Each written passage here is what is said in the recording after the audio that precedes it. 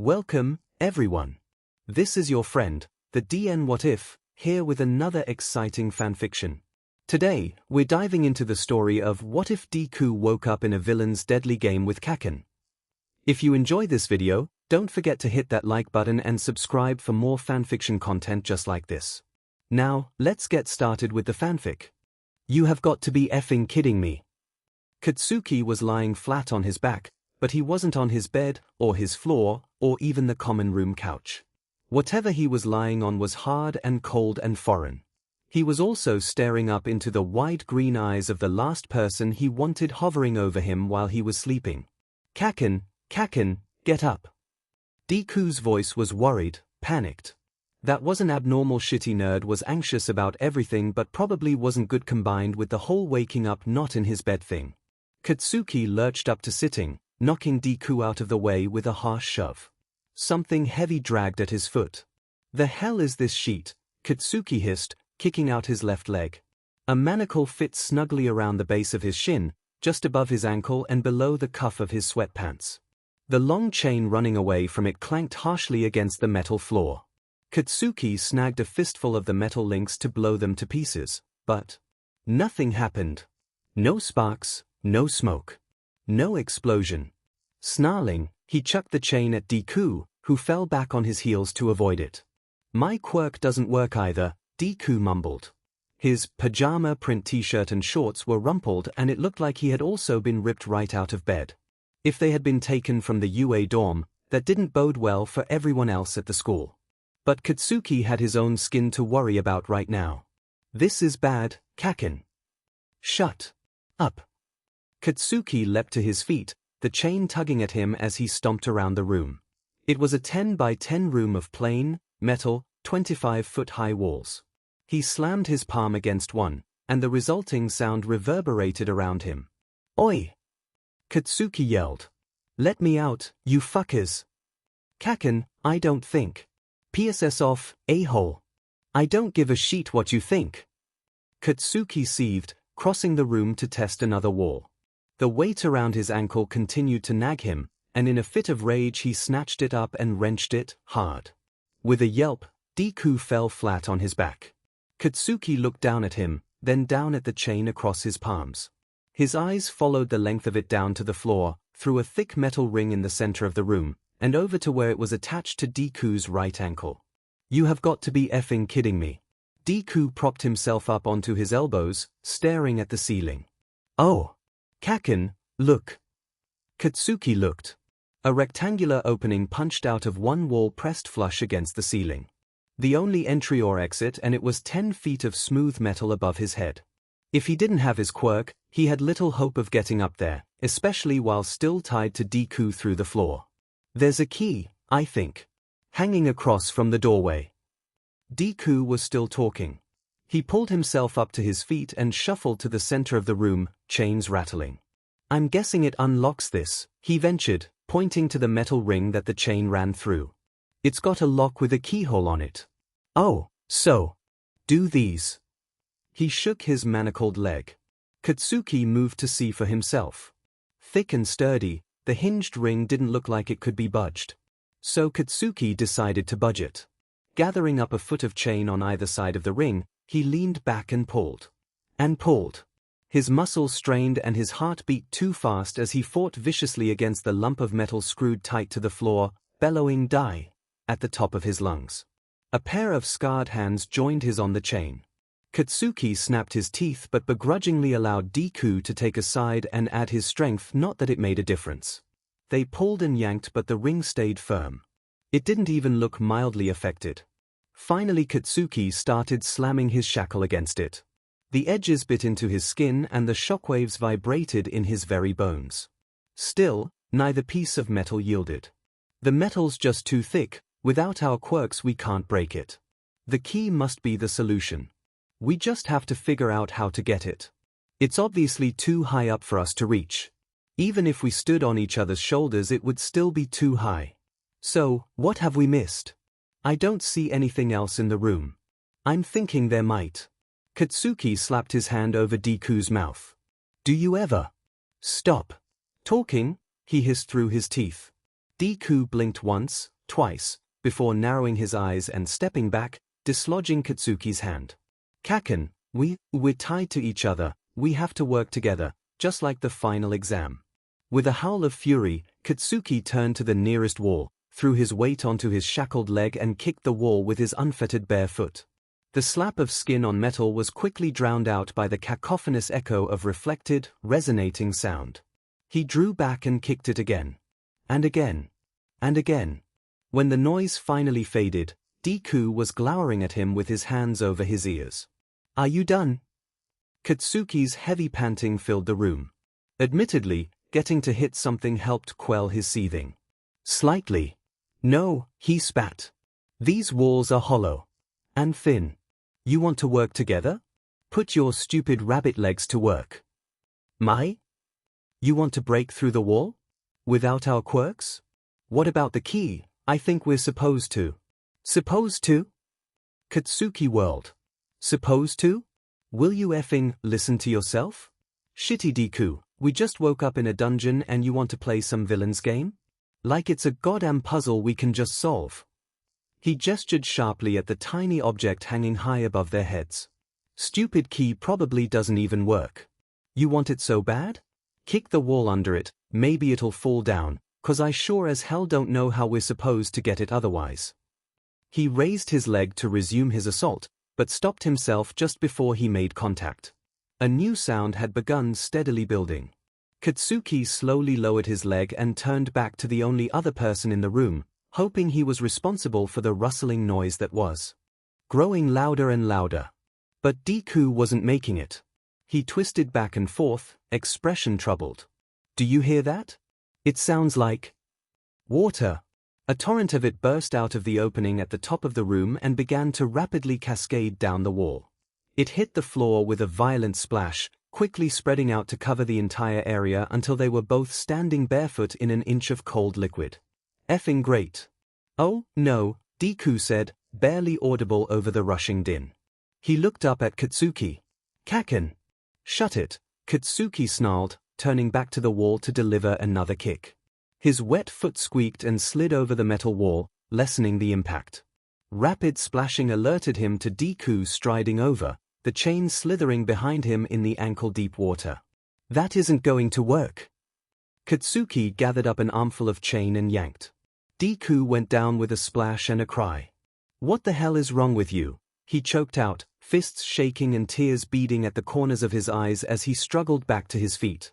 Great, because what they needed were more waterworks.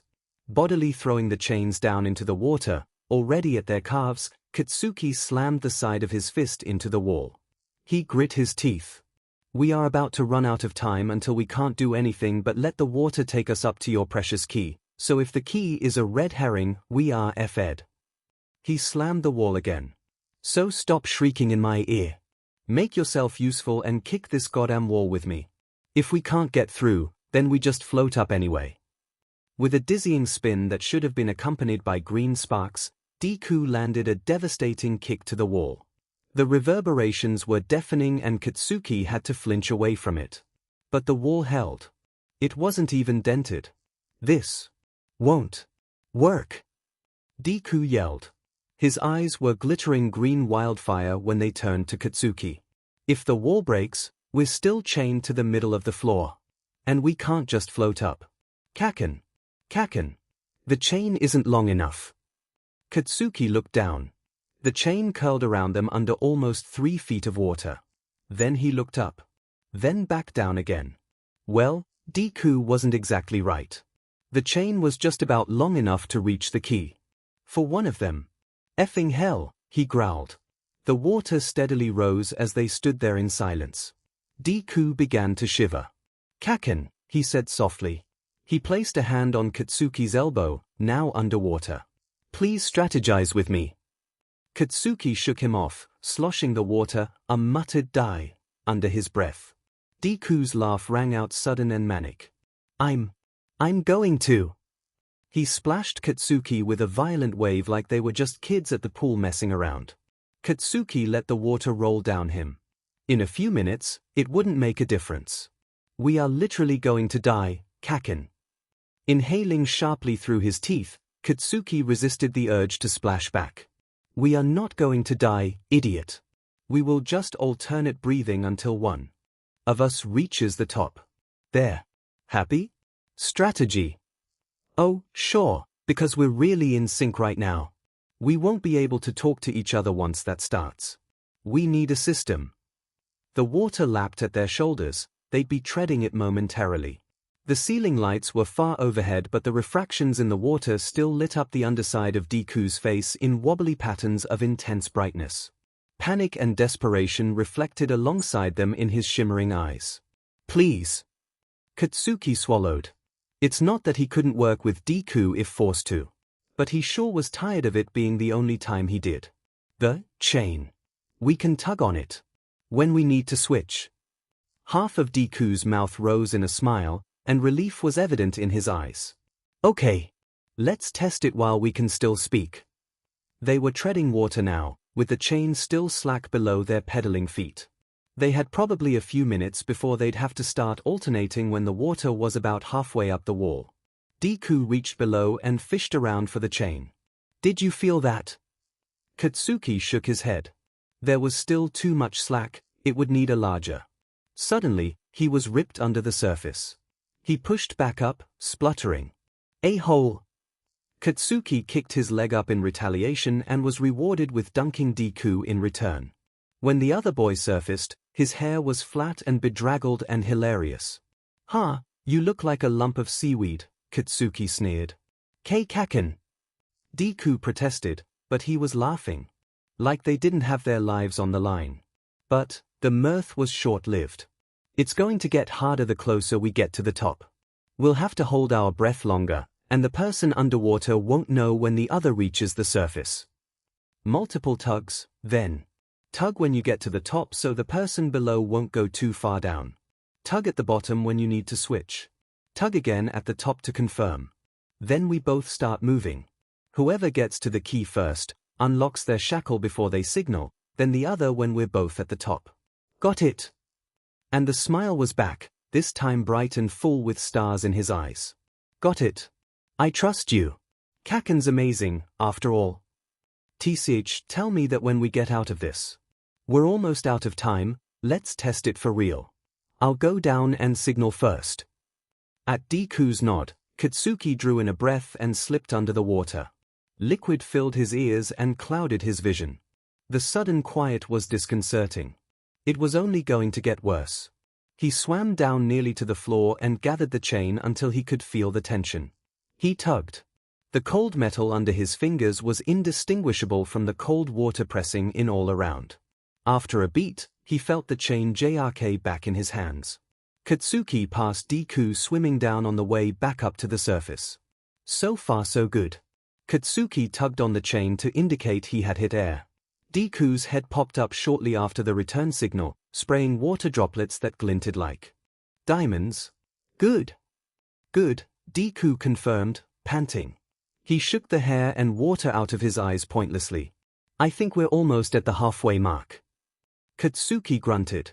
At this point, he just wanted to start so they could get it over with. Look, Kacchan, Deku began, drifting close enough that Katsuki could count his freckles. This is going to sound weird, but I need you to, eat a piece of my hair. There were a lot of things that Katsuki had expected the nerd to say to him in their last moments before their do-or-die trial really began. Good luck, you can do it, I believe in you, Kacchan is amazing, I love you, that kind of thing. This was not one of them. Huh? No. What the actual Deku? They stopped rising with the water. The chain held taut evenly between them on either side of the hook, keeping it, and them, anchored to the floor. You just have to trust me, All Might will explain, but Jay, just in case I don't make it, and you do. Only their faces were out of the water. Like hell you're dying without me, shitty nerd, Katsuki spat. Shut up. Deku's teeth chattered and his voice spiked with panic as he held out a single hair he had plucked from his scalp. Please, please, Kacchan, I need to. But Katsuki didn't find out what Deku needed. With a gurgle, the water covered him, the few inches of height or chain giving Katsuki the advantage of not submerging first.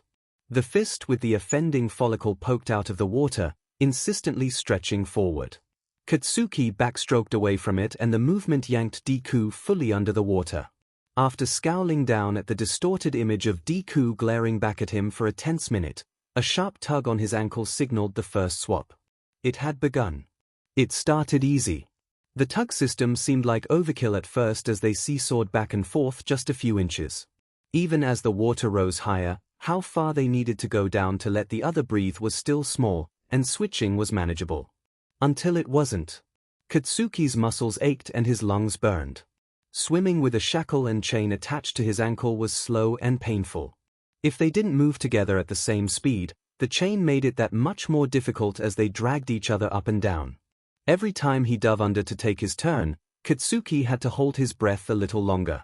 By the time he got the signal that Deku had surfaced, he already wanted to tug back to switch. He resisted. He needed to let Deku catch his breath. Well, he resisted at first, anyway. It quickly got to the point where their turns at the top were extremely brief, just a few lungfuls of air before the weight on his ankle beckoned him back into the depths. They passed each other in blurry silence. It's what Katsuki had wanted since he woke up in the cold steel box, for Deku to shut off his never-ending stream of babbling. Now that they were completely isolated in this eerie underwater fight for their lives, he wasn't sure it was actually better. His vision was starting to black at the edges when he surfaced. Katsuki strained his arm up, until he felt the pull on his foot and slapped the water in frustration. The key was still out of his reach. But he knew they were swimming almost all the way to the floor with hardly any slack left in the chain to draw from. They were close. Either Deku would get it on his next turn or Katsuki would. Deku didn't get it on his next turn.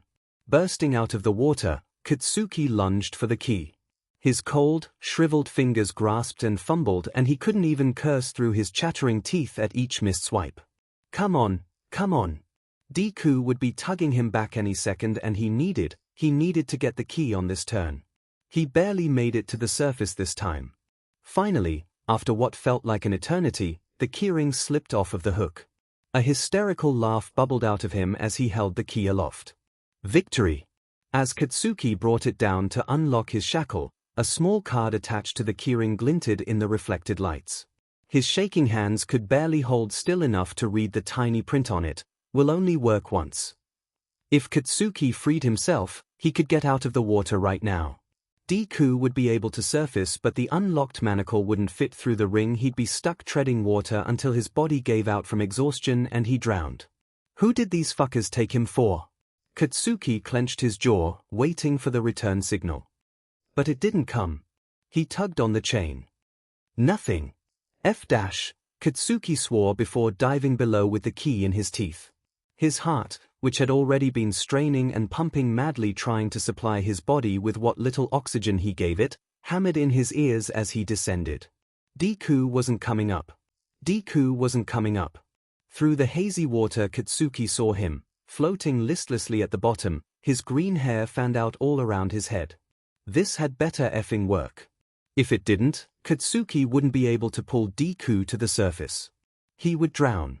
He was already drowning. There wasn't time to think. Katsuki's fingers were numb and slow as they fished the key out of his mouth and maneuvered it to the lock, the high ceiling lights and his blurry vision offering him only just enough visibility to get it in on the first try.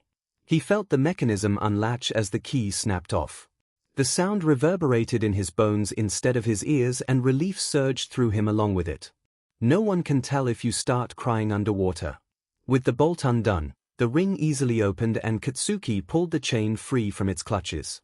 He slammed the ring back shut so it couldn't catch the chain on their way up. Something like that would be fatal.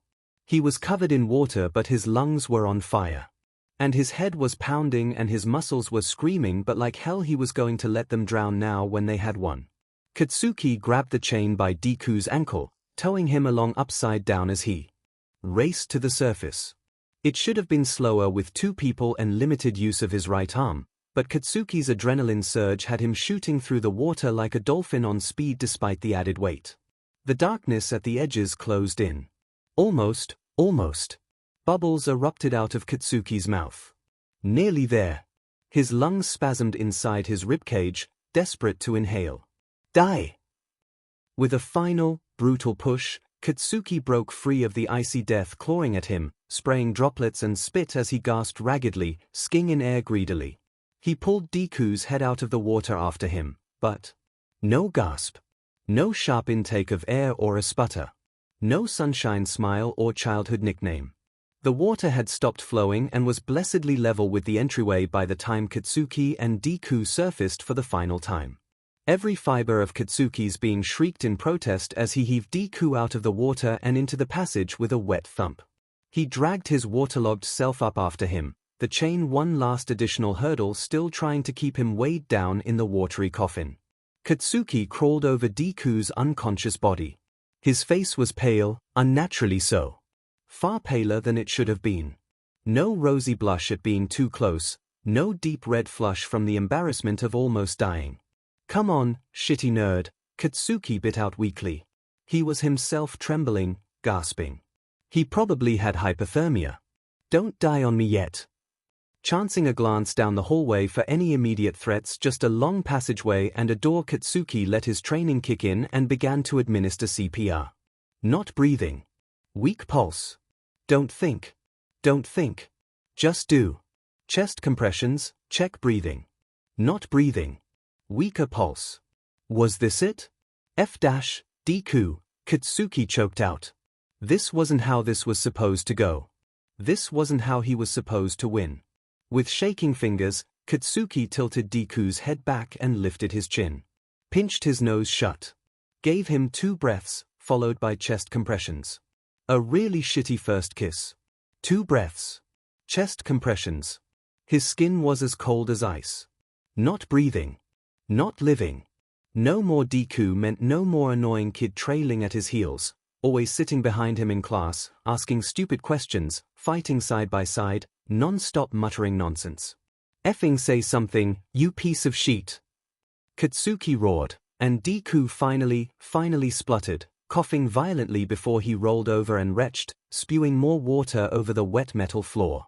Katsuki fell back on his butt, shaking, his heartbeat still slamming against his skull and adrenaline dragging a sharp current of electricity through his skin. He breathed. The stillness in the absence of rushing water was deafening, only broken by chattering teeth and wet coughing. The tank of water next to them gently lapped at the entryway as if it hadn't been trying to drown them just moments before. Deku finally rasped. Unfocused green eyes rolled around blearily before settling and dialing in on. "Katsuki. Saved me," he whispered hoarsely, followed by a wobbly grin. Yeah, Katsuki grumbled. "Don't get used to it. Did you not signal on purpose?"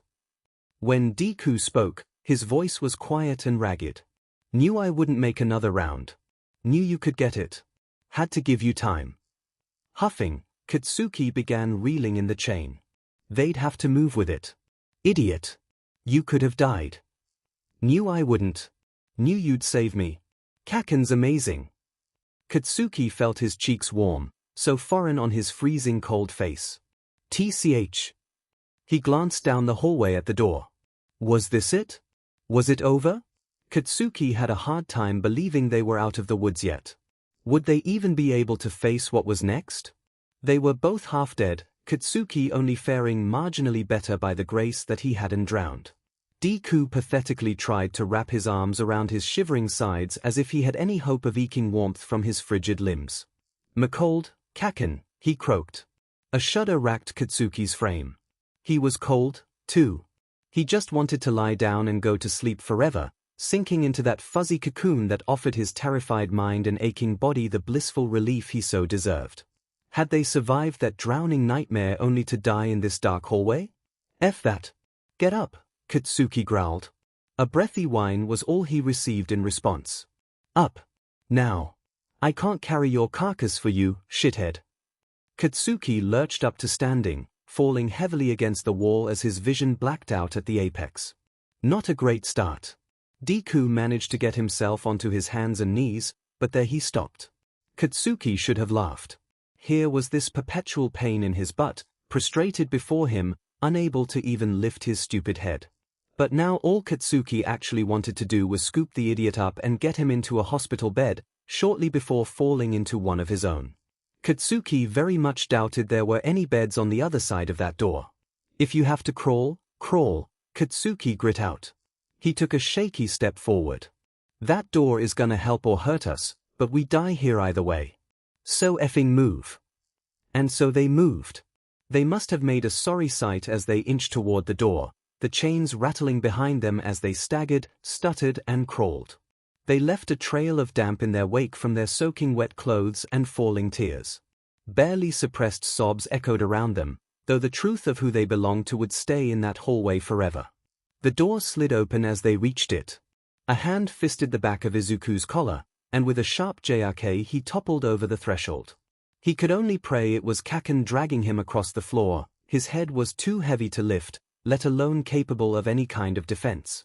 The door slammed shut behind them. Coming to a stop at what Izuku dimly pieced together as the center of a room, the hand at his neck dropped him without preamble and he slumped flat to the floor. Izuku felt less like a person and more like a numb, wet bag of organs and bones. Strip. Now. Okay, that was Kacchan's voice. But the words didn't make any sense. A wet thwop alerted Izuku to Kacchan's tank top hitting the floor where his face was still pressed. Before he could process what that meant, his own sopping wet shirt was being peeled off of his clammy skin. At any other time, Izuku probably would have been mortified, would have squeaked in protest, sputtered in embarrassment. But he couldn't do anything. He was just so tired. You really gonna make me take your effing pants off? Deku. A toe nudged Izuku's bare ribs none too gently. Just gonna up and die on me, heh? Make me drag your corpse attached to my ankle out of this shithole? Kacchan's words were mean but his tone was wrong. He wasn't angry. He was scared. Kacchan wasn't supposed to be scared. Izuku tried weakly. So tired. But he had to. For Kacchan. His fists curled limply around the soggy waistband of his shorts, slowly and painfully sliding them off his hips. He didn't know why he was taking his clothes off, but if Kacchan had a reason, Izuku trusted it. All of it, nerd. Are you really this far gone? Sheet. F dash. Okay. I've got you. Something warm curled in Izuku's chest, the only warmth he had felt in an eternity. Izuku's underwear swiftly followed his shorts, both of them bunching together just off his right foot over the chain still tethering him to Kacchan. Hands on him maneuvered his body this way and that, until he was seated upright.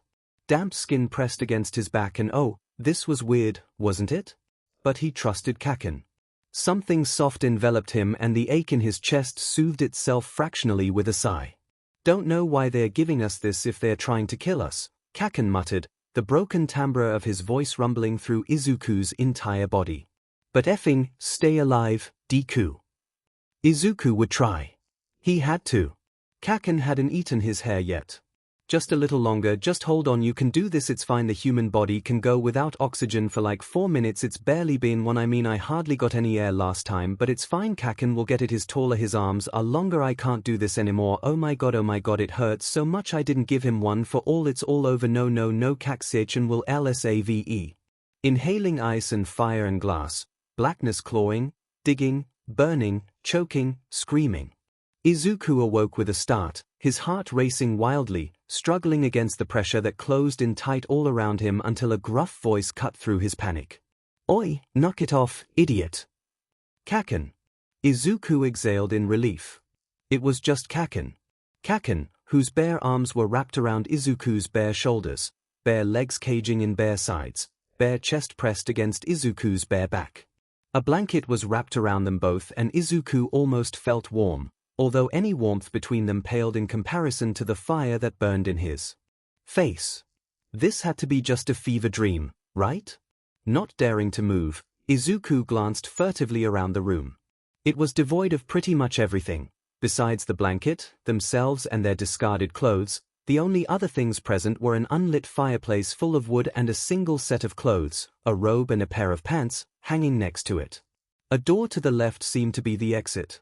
Ominously, a digital sign with a countdown clock hung over it, ticking down every minute with just over 4 hours left. You alive? Kacchan's voice was low and full of gravel, and Izuku had to suppress the shiver at it vibrating so close to his ear.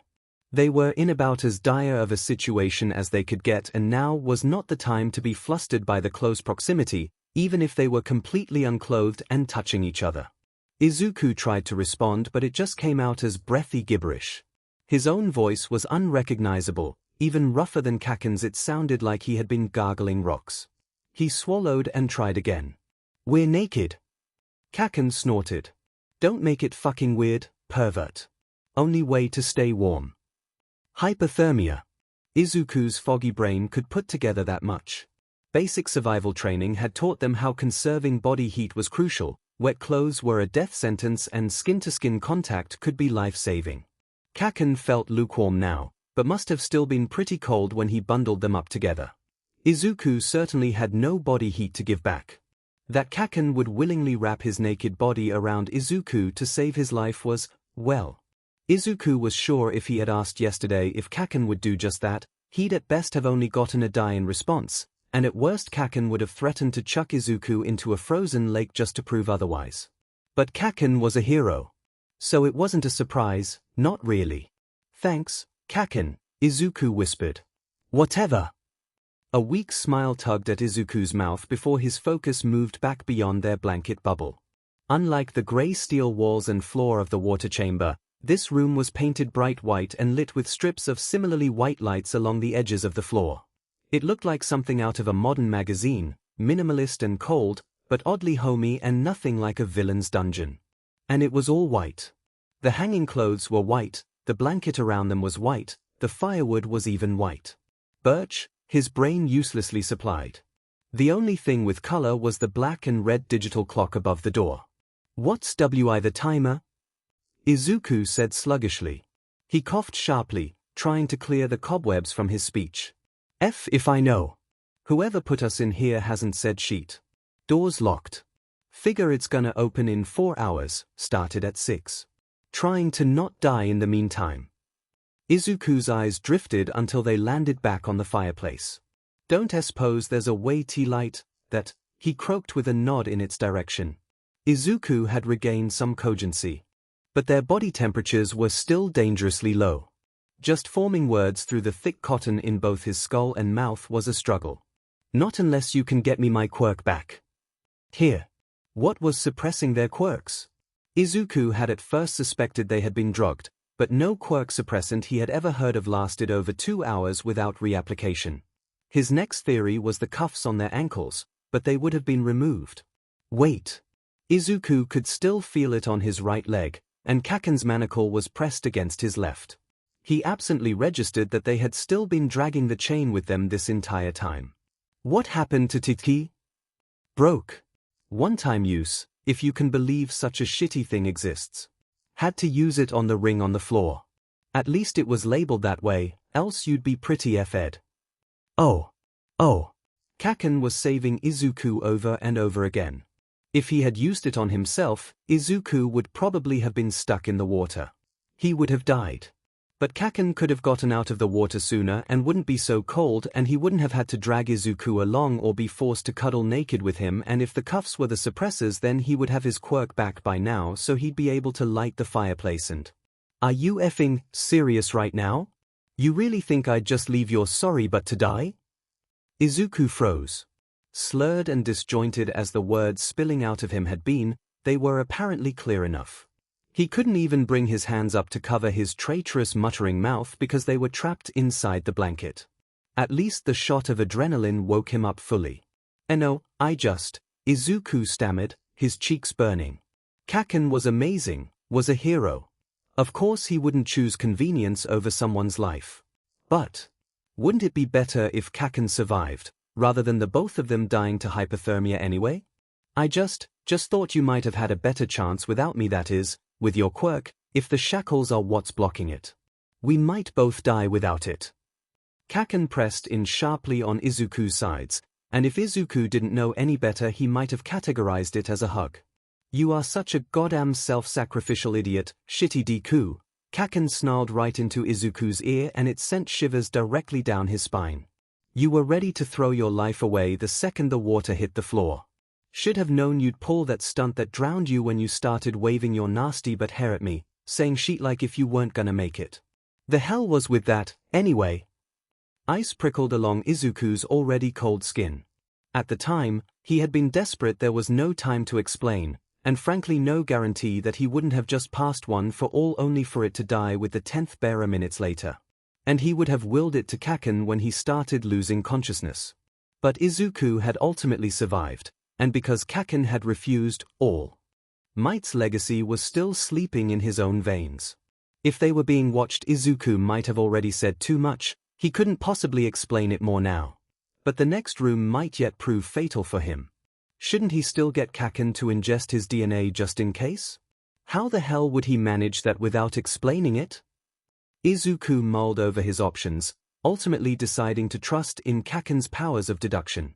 You, remember our fight at Ground Beta? Kacchan was silent. Of course he remembered. It hadn't been very long since it happened, since Kacchan confronted Izuku about getting his quirk from All Might.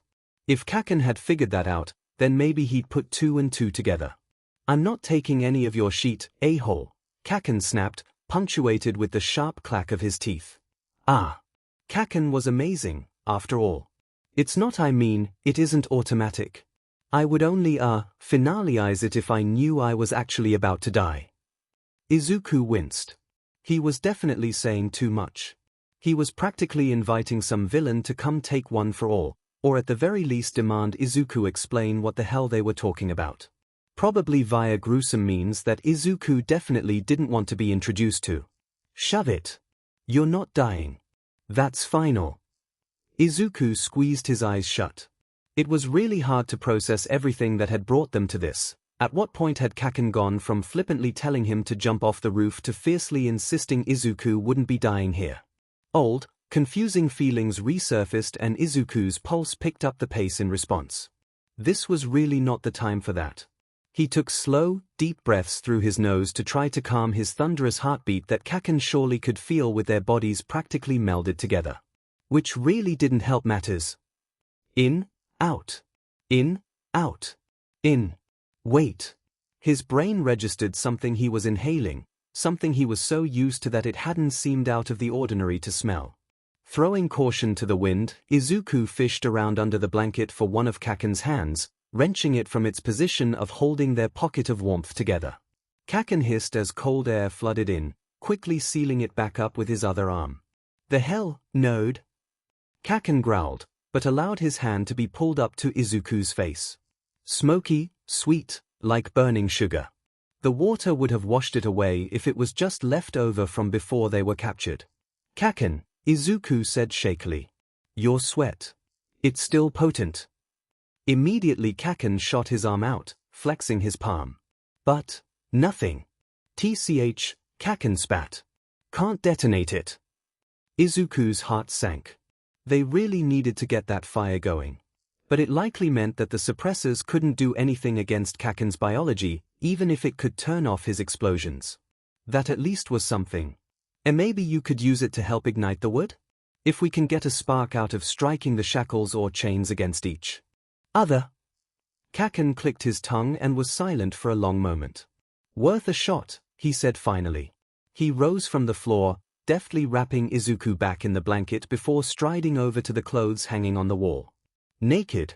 Izuku averted his eyes. Even if it was a really good view. Seriously, Izuku? We can fight over who wears what later, but for now I'm putting this sheet on, Kacchan said. As he dressed, Izuku kept his eyes downcast. When Izuku looked back, Kacchan was zipping up a seam on his left pant leg. Here. It almost seemed thoughtful, generous. A regular pair of pants wouldn't have gotten over the chain. But it wasn't thoughtful, it was calculated. Generous would have been 2 pairs of pants. Extra keys. A heater. Food. Medical attention. Not kidnapping them in the first place. Kacchan shoved his hands into the pockets of the robe and withdrew something small and dark. Flint. Maybe we won't freeze to death after all. The chain rattled behind him as he moved to kneel in front of the fireplace, dragging his discarded sweatpants and boxers across the floor. It would be funny if it wasn't such a stark reminder of how much danger they were still in, chained together in a cold, locked room without even a full set of dry clothes between them. Izuku watched silently as Kacchan rubbed and arranged the wood in the fireplace with sure movements, placing some larger logs off to the side. Kacchan's wilderness training was evident, though it was likely a long time since he hadn't just lit a fire with his quirk. But Izuku wouldn't have even known what flint was. He began to doze off watching Kacchan's methodical movements. Visions of warming himself in front of a cozy fire did little to chase away the horror that was the actual situation they were in. Why was there even a fireplace here? Why offer them any chance of survival? Oh, Izuku blurted out, jerking himself awake, as Kacchan drew up his leg to better situate the manacle for producing sparks. Check the chimney, first. Kacchan shot him a skeptical look but ducked his head under the small opening regardless. After peering into he moved his arm up and pulled back out with a roll of paper in his fist. Izuku's heart started beating faster. How the hell did you know about this? I didn't, Izuku admitted. He pushed back against the fuzzy drowsiness in his brain to articulate himself clearly. Just a hunch. The fact that there even was a way to survive that water room, and that this one exists, means whoever did this is not solely interested in killing us. I mean, why not just chain us directly to the floor if they wanted to drown us? Why have a key? Why have any kind of way out? For that matter, why not just kill us while we were still asleep? Kacchan growled, stilling Izuku's questions. Get to the point, already. Izuku swallowed. They're giving us a chance, but they aren't making it easy. A single-use key with 3 choices. Give something up to get something else. There was flint in the robe pocket, and firewood. They wanted us to light that fire. Knew we'd have to. I thought there might be a trick to it, something that would be jeopardized if we got the fire going. With a huff, Kacchan unfurled the paper and squinted at it. 0013. That's it. Just a shitty number. Oh my god, Izuku ummed, pulling the blanket up over his face. We're in a real-life escape room. Huh? A what? Izuku poked his head back out, frowning. I mean, not really, but they're group activities where you solve puzzles, and they always involve collecting a series of codes and keys. I think that number might unlock something. In the next room, probably, since there's no keypad on the door. So we're just playing some sick game for our lives, great, Kacchan snarled, stuffing the paper into his pocket before resuming his previous attempt to get the fire started. See, shitty Deku? If I had let you drown I would have just lit this sucker and burned the paper to a crisp. So, it was far more likely that Kacchan would consider someone else's involvement as interference than admit it might have helped him. It was a small concession, not even an outright thank you, and still Izuku had never felt so touched. Maybe they both needed each other after all. A shower of sparks landed on the firewood as flint struck steel, and before long they were flaring to life. Kacchan coaxed the tiny flames into bigger ones with a delicacy Izuku wasn't used to, but a skillfulness he had come to expect. The nitroglycerine had the logs catching in no time, and soon the fire was crackling and popping along merrily. Good enough, Kacchan declared. He stood up, stretching and shaking out his limbs, before shucking off the borrowed clothing and once again standing completely bare. The firelight danced in his ruby eyes and haloed his slightly less spiky than usual hair, and Izuku found him utterly breathtaking. Get over here, Popsicle. Izuku deliberately avoided looking at the NDTY so brazenly on display in front of him as he scooted closer to the fire. The blanket was wrapped tightly around his body. With an impatient huff, Kacchan ripped it from Izuku's shoulders. There wasn't much time for Izuku to short-circuit over being exposed. Kacchan swiftly resumed his previous position behind and around Izuku, bringing the blanket back to cocoon them both. Now Izuku could instead go back to short-circuiting about Kacchan's naked body pressed against his own. Was the skin-to-skin contact still necessary now that they had a heat source? But the fire began to seep warmth into Izuku's chilled bones, and he found that he wasn't as bothered or as embarrassed as he thought he would be. He was alive, he was warm, and Kacchan was keeping him that way, and that was all that mattered. Izuku just hoped he'd be able to do the same in return. So, tell me more about these escape rooms. Kacchan's voice returned to rumbling against Izuku's back, and he hadn't realized just how Much he had missed it even in such a short time apart. Every word soothed the horrid ache under his sternum just a little bit more. Fighting off the sleep that threatened to overtake him, Izuku recounted everything he could remember about the activity. The codes, the riddles, the timer, the chain reaction of following clues to more puzzles to get more clues until a final key to the exit was found. He described the 2 different themed escape rooms he had done with his friends along with several of the trickier riddles that had tripped them up. When he finished, Izuku realized he had completed a full muttering storm and Kacchan hadn't told him to shut up once. What a weird day. It's not exactly the same. This is multiple rooms with I'm guessing just one really bad puzzle per room. I don't think this room counts. Although there is a countdown clock. Izuku glanced nervously up at the timer ticking down above the door. Which could mean we have a few hours to find a way to open that door or we lose, which probably, means we die. But I don't know where else there is to look for clues besides the fireplace and the clothes. Maybe we can check the air vents. You need every second to recover, dumbass, Kacchan said bluntly, and that warmth in Izuku's chest bloomed again. Was it just a few hours ago that Izuku had to beg for cooperation?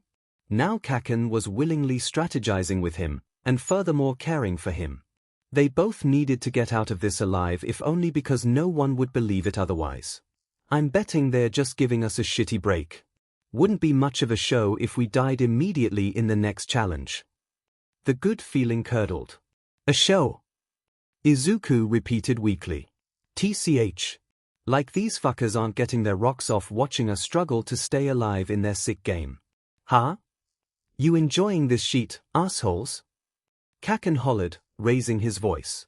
Get a nice eyeful of my butt? Gonna jack off to it in your mother's guest bathroom?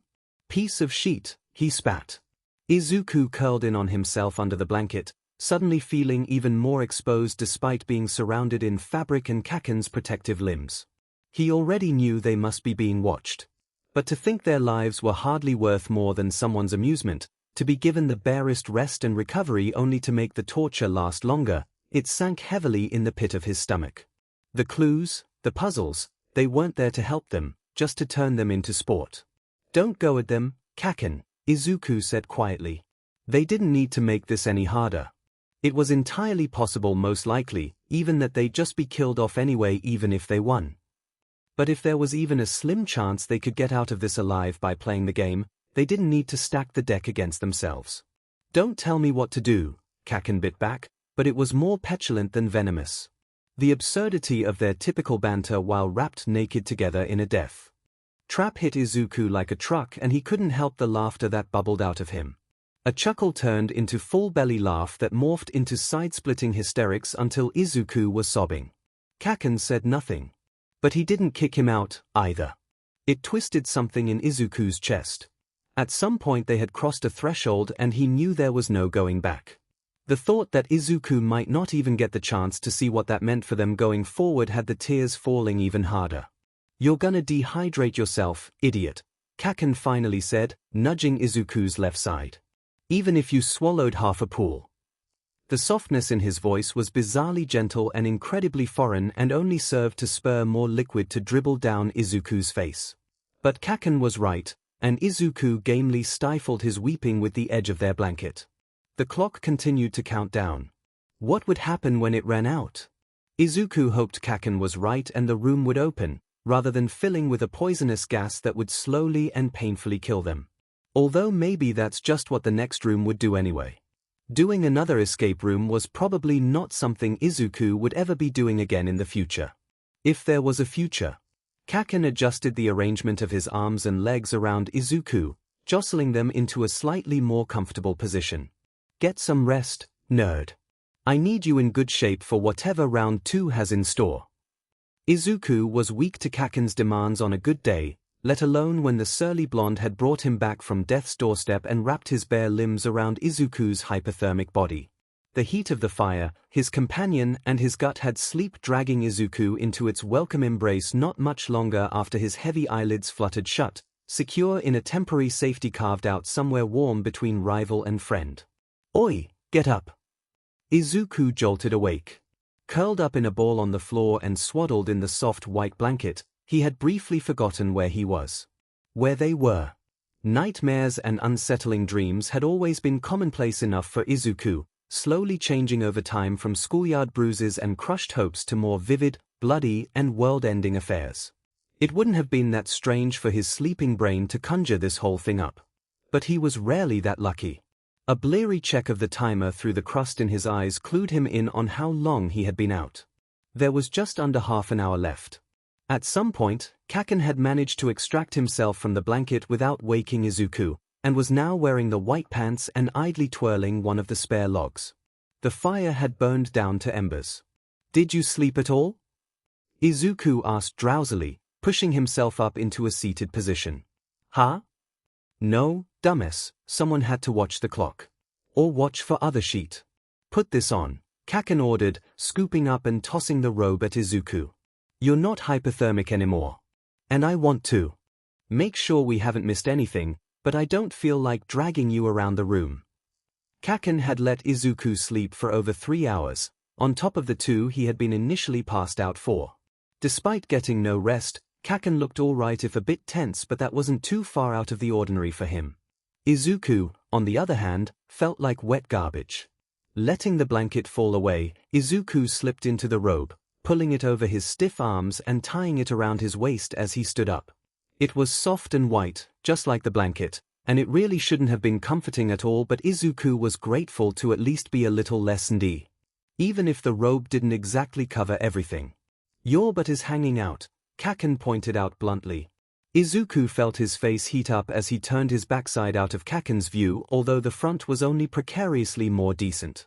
"You don't have to look at it," Izuku protested, automatically wrapping his arms around his neck in embarrassment. Really? After what they had just done, where they were, what they had been through, Kacchan was going to tease him about this. And how could Izuku possibly still be so flustered by it? "Careful, you'll pass out again with all that blood rushing to your dumb face," Kacchan remarked, tone flat and dry. He jut his chin toward the wall behind Izuku.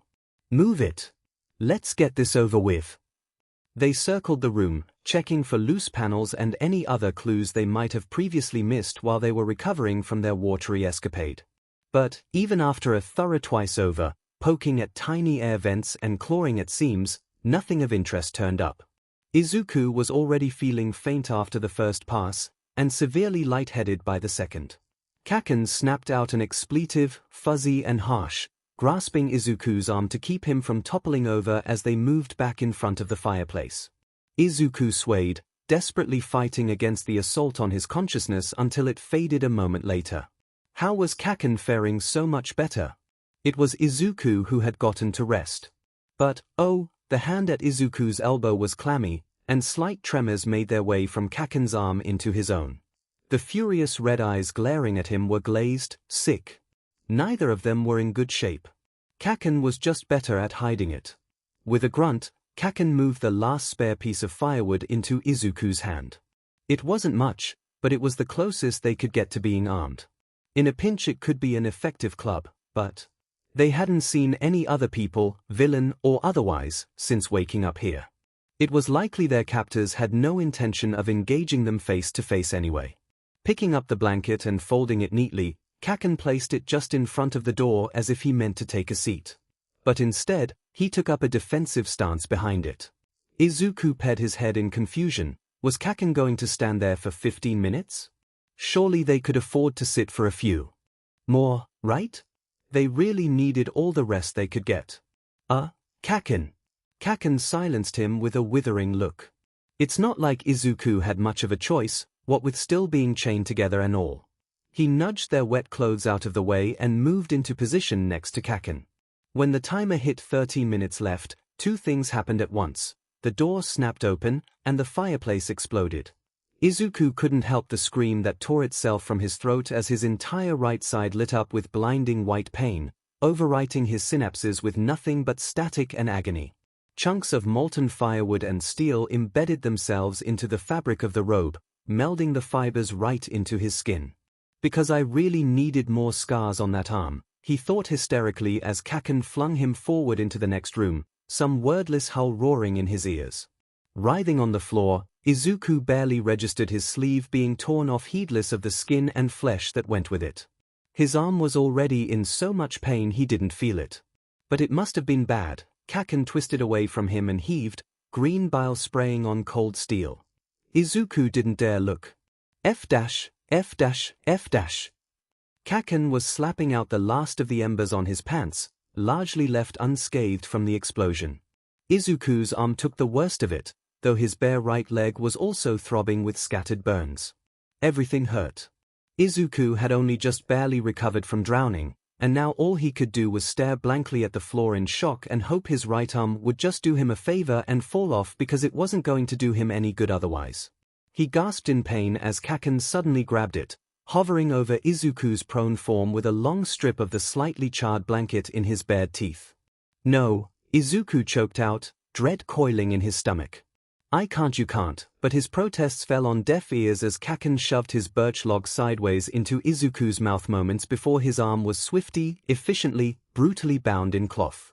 Even around the wood splintering between his teeth Izuku screamed. It was wrapped so tight, it hurt so much. Izuku was overwhelmed with burning, shrieking pain somehow so much worse than the initial explosion. He let the wood drop out of his mouth, panting, whining, desperately wishing to claw the suffocating fabric from his burned and blistered skin. Knowing he shouldn't, Izuku chanced a look. Red was already seeping through white, like ink blooming in milk. A strangled sob caught in his throat as he was yanked upright by his good arm. Shit, effing and the timer is still going, we gotta start. Kacchan's voice shook, and it slammed Izuku's awareness into the room they were standing in for the first time since he flew into it. With hot tears in his eyes, Izuku clenched his jaw, swallowing his agony to focus on the next challenge. He could like his wounds later, there was no point in doing it now if they failed. Like the water room, this one was plain, steel, and narrow but long instead of tall. It was also divided into a series of double chambers running the length of it, separated by thick walls of transparent plexiglass. The first wall was only a few feet in front of them, and he could see at least 3 parallel partitions before a blurry exit at the other end. But more pressing were the words seemingly sharped onto it, 1 in each place to begin the race, 2-on-1 will be much less fun. I effing hate this place so goddamn much, Kacchan snarled. Izuku scanned the rest of their surroundings, his gaze landing on the floor. 2 circles with footprints were painted on each side facing down the corridor of glass. Presumably, the places they were meant to stand in to begin the race. Less fun for whom? Us? Them? Izuku muttered, scrubbing at the tears that continued to spill over his scrunched-up cheeks. The pain was impossible to ignore. But there was nothing he could do about it, so he forced himself to bear it through sheer will alone. Them? Probably, Katsuki spat. They're going to separate us and make us race each other. Like hell.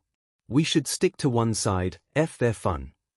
How would separating us work? We're chained together. Kacchan shrugged one shoulder. F if I know. Maybe the cuffs will open when the gate does. Oh, Izuku breathed, wincing at a particularly painful throb in his arm. He looked between the manacles, the floor markers, and the cryptic instructions. Then, they probably won't if we stick together. That's likely the trade-off. Kacchan, we could get our quirks back. The hell? Kacchan turned to Izuku with disbelief painted across his face. You want to split up? Izuku glanced at the timer over the closed door behind them, a mirror of the one in the white room. Just 4 minutes left, not much time to make the decision, assuming the timer was even related. Wait. How did you know? Huh? Moving his good arm at the clock, Izuku gestured wildly. The timer. You were ready 15 minutes before time ran out, and then the door opened like a minute later. Why? 2 minutes. At 13.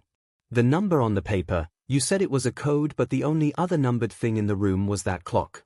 Had a hunch something would happen at 13. Good thing we weren't still sitting in front of the fire, eh? Izuku gaped at him. The blood pounding in his veins pulsed insistently in his skull and his burns. What? Why didn't you tell me? Kacchan scowled at Izuku's outburst. TCH. It's not like I knew I was right. And I didn't want them to effing catch on and change it. I told you to get ready, didn't I? No. Izuku yelled. He couldn't believe this. Just when he thought they were finally working together. You didn't. You just looked at me. I'm not a mind reader, Kacchan. And now my arm is half melted off. Don't you dare put that on me, Kacchan hissed, jabbing his thumb to his chest. I didn't know the room was going to effing blow up. I thought some assholes were going to come in and jump us. And it wouldn't have helped anyway. He roared, eyes flashing dangerously. Christ. This is the thanks I get after all I've. You know what? Fine. Go stand on your stupid side. I'll race you. And I'm going to win, too, shitty nerd. Kacchan stomped the 3 feet over to the right side of the space, chains rattling, coming to a stop at his designated marker. He stood staring straight ahead, arms spread, flexing his fingers into claws. Izuku deflated. He didn't want to race Kacchan, or fight with him. But there was just 1 minute left, and no time to argue further. So he took his place on the other circle. Thus far all of the minimal directions and clues given to them hadn't been outright lies. Izuku prayed the pattern would continue and they were making the correct choice by following the instructions. He desperately hoped he was right and they would get their quirks back by choosing to race separately. The clock hit 0. Kacchan wasn't meeting his eyes, and Izuku held his breath. With an ear-splitting screech, a metal panel abruptly descended from the ceiling between them, slicing through their chain like a guillotine.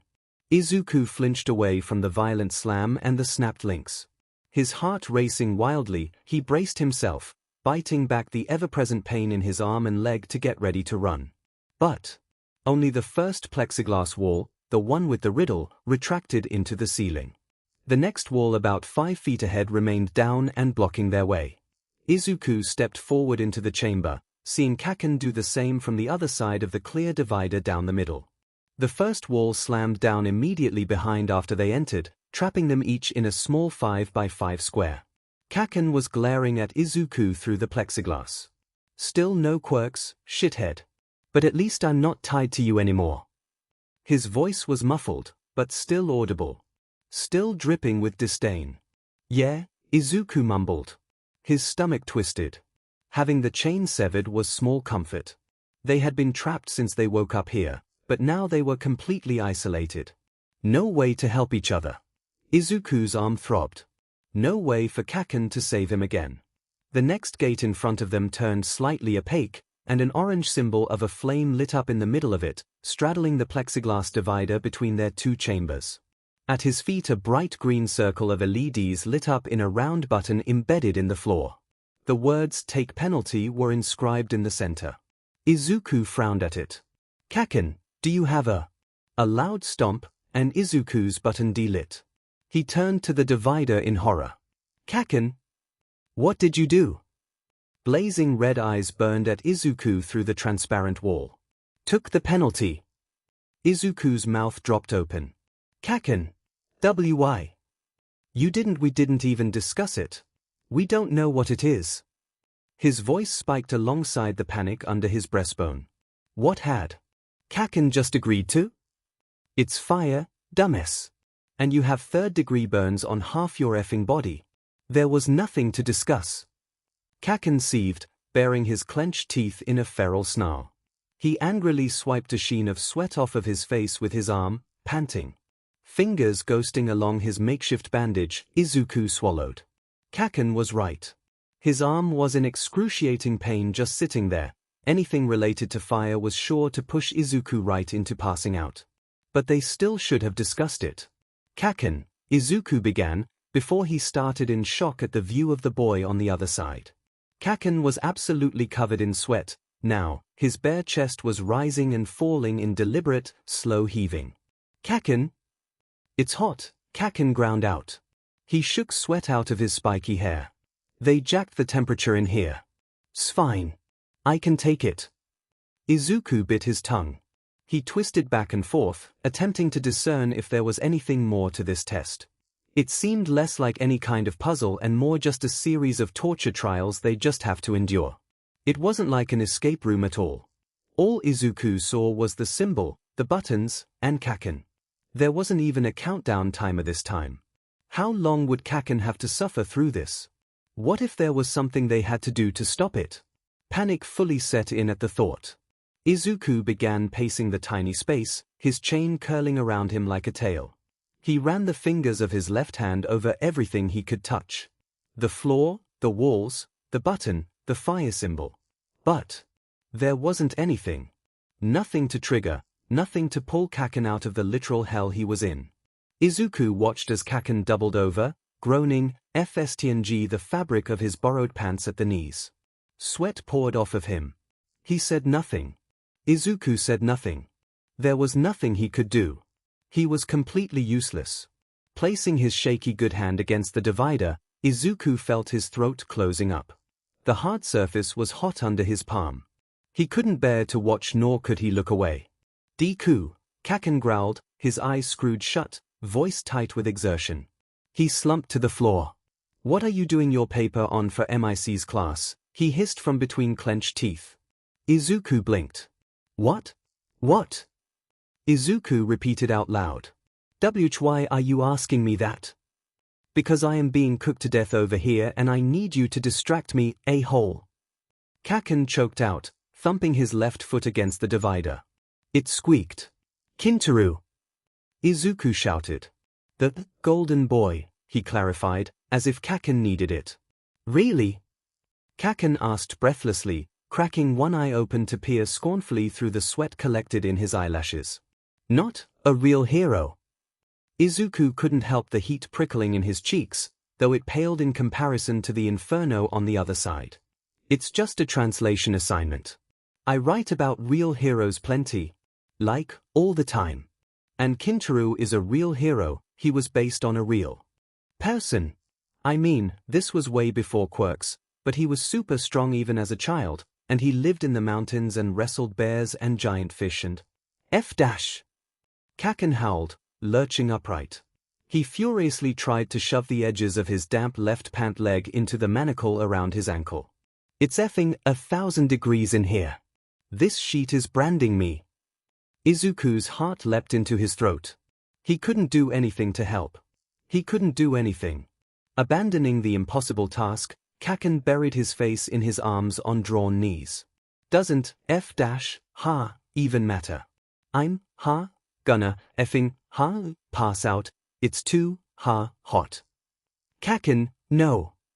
Izuku shouted, his blood thrumming under his skin, as he slammed his palm against the clear divider. You have to stay awake. I can't get to you. No response but heavy, labored breathing. Izuku frantically cast around for anything until his eyes landed on the button on the floor. It was lit up again. This time, it said take reward. Kacchan. Izuku began slapping the wall between them repeatedly. The button. Hit your button. Ha! Kacchan lifted his sweaty, miserable face to gaze blearily at Izuku before lolling his head to the side. Reward? What? What if you need it? Now you want to discuss this? Izuku shrieked wildly, fully pounding on the plexiglass with his fist. You're dying. Hit the goddamn button. With a bark somewhere between a grunt and a sob, Kacchan rolled himself over the button and slammed his hand down onto it. Immediately, the frosted wall flew open, and Izuku could hear the sound of fans violently whirring. Thank F-, Kacchan hummed, crawling forward out of the first penalty chamber and into the second. The door slammed shut behind him as his chain crossed the threshold. He stayed on his hands and knees, panting, sweat still rolling off of him in sheets. Never thought I'd want to be cold again. F-. God. This feels so effing good. Ha. Kacchan stilled, twisting his head back over his shoulder. Deku. Izuku's half of the wall hadn't opened. He was still in the fire room. His button read take penalty. Sheet, Kacchan spat. One in each place to begin the race, Izuku whispered. Kacchan spun around, facing Izuku in a crouch. Their chambers were diagonal to each other, both boys still visible through the transparent and semi-transparent walls. Oi, just don't effing do anything yet, okay? Just give me a minute. Izuku balled his good hand into a fist. His entire body began to shake, trembling violently as the adrenaline surge and relief rolled right into this next horror. He hadn't avoided anything. They both had to take each penalty, just one at a time. He was going to get broiled alive just like Kacchan. The pain in his burned arm would become insurmountable, unbearable. He'd pass out. He wouldn't be able to hit the reward button. He was going to die. Fat tears rolled down his face as it crumpled. No, he had to be strong. He had to believe he could do it. He can do anything, right? Izuku never gave Kacchan one for all, so dying here wasn't an option. It wasn't. It just wasn't. Nerd, are you listening to me? What, Kacchan? Izuku asked, only just loud enough to get through the plexi. It's only delaying the inevitable. I might as well get it over with. He raised his foot over the button. No. Effing, just wait. Let me do the next one first. Izuku paused, confusion halting his movement. Kacchan, are you actually trying to race me? You just came out of an oven. You need the break right now, a few more minutes won't matter for me, hey. But Kacchan had taken advantage of Izuku's hesitation and activated his penalty. Izuku's button went dark. He stared at it with wide eyes. Are you serious right now, Kacchan? Izuku was near hysterics. He was going to have to watch Kacchan suffer through some horror twice in a row. And you think I'm the self-sacrificial one? What are you doing? Taking the penalty, Kacchan said gruffly before his entire body seized up. He shook, almost like he was vibrating, before collapsing flat and boneless to the floor. Izuku's heart stopped. He rushed to the corner, fingernails curling uselessly against the fire symbol. Through the frosted panels he could vaguely make out the yellow zigzag of a lightning bolt. Kacchan! Izuku choked out. Kacchan! But there was no response. He hit his fist weakly against the orange flame. Damn it, he sobbed. Damn it, damn it. Kacchan, please. Get up. Izuku slid down the wall to his knees, cradling his ruined arm in his lap. The tears fell hot and heavy now, pouring out in torrents of anguish and bitter grief. No, this wasn't happening. Kacchan was fine, his body wasn't twisted at an unnatural angle, chest failing to rise at all, splayed out in some cruel imitation of sleep as he left his life on the floor of some unknown villain's torture chamber, blinding light snuffed out too soon without purpose or reason. With a sudden, horrible sound, Kacchan's body jolted, jumping several inches off of the floor. His eyes flew open and he gasped, and it was the most beautiful sound Izuku had ever heard. Kacchan! Fuck, the boy on the floor groaned. He covered his face with his hands. Effing OW. That sheet scared. Like making out with Sparky but 1,000 times worse. Izuku's relief at Kacchan's revival took a hard left into something ugly that withered in his stomach. You've done that? Kacchan quirked an eyebrow at him through the frosted panel. What's it to you? Spinning, Izuku hid his surely beet-red face from view. But before he could blubber out a response, his eyes landed back on his button. Even upside down he could see it now read "Take reward." Oh, he breathed. Oh. I can take your reward, Izuku said thickly. I mean, if you effing take it, Deku, Kacchan growled, slamming his fist so hard against the divider it made Izuku start. Why do you think I wanted to go next? Sheet. Electrocution isn't a walk in the DMN park, but it was better than being roasted. Hit your stupid button. Izuku nodded mutely, not trusting himself to speak through the swirling emotions welling in his chest. He pressed his button. The door opened and Izuku advanced. When the wall closed behind him, the ceiling came down with it. Holy F-, Kacchan swore, jumping away from where the fire room had just been, now replaced with a solid metal block behind the plexiglass. He ran shaking hands through his sweaty hair.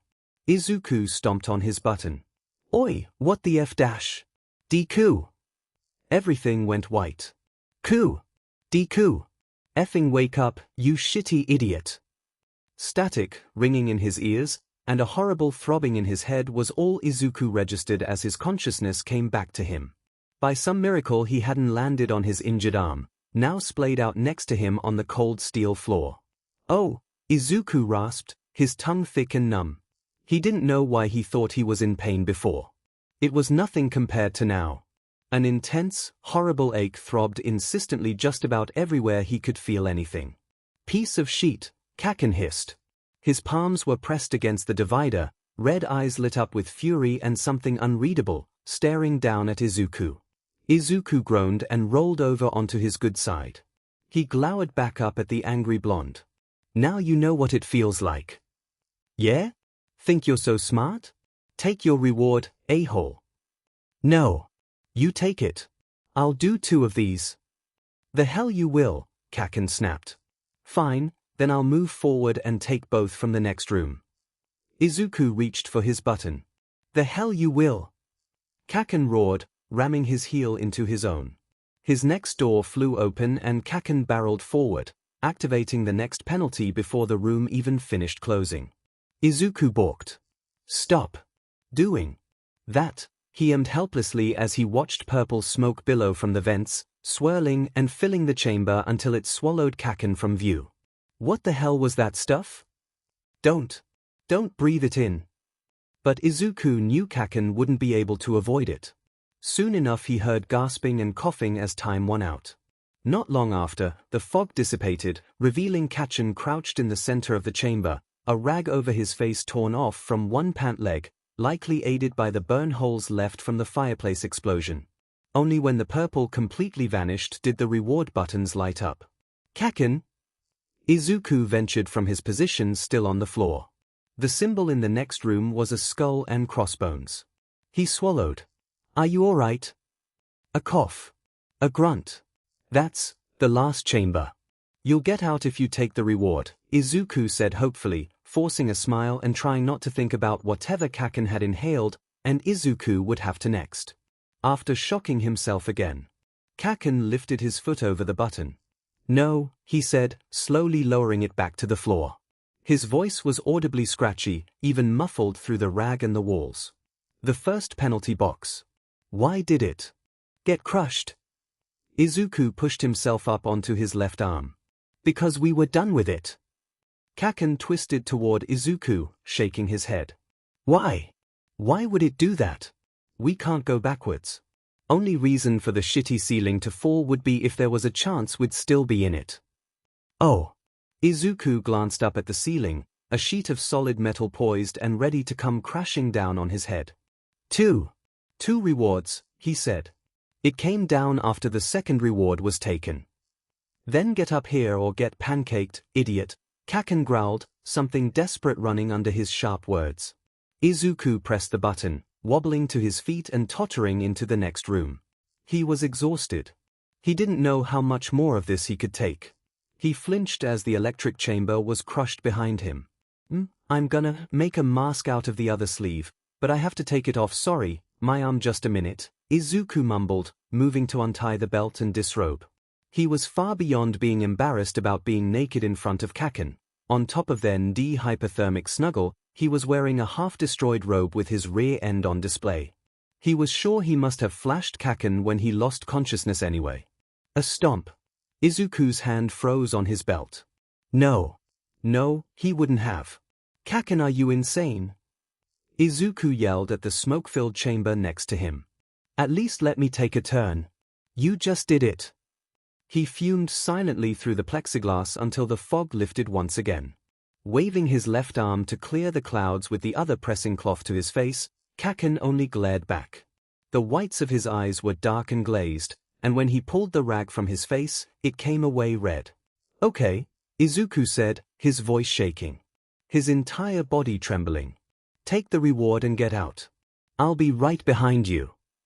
No, Kacchan gurgled around the blood in this mouth. Oh no. Oh God. You go. Cold sweat prickled along the back of Izuku's neck, tears welling up anew as his throat constricted. What? Why are you doing this, Kacchan? Are you trying to punish me?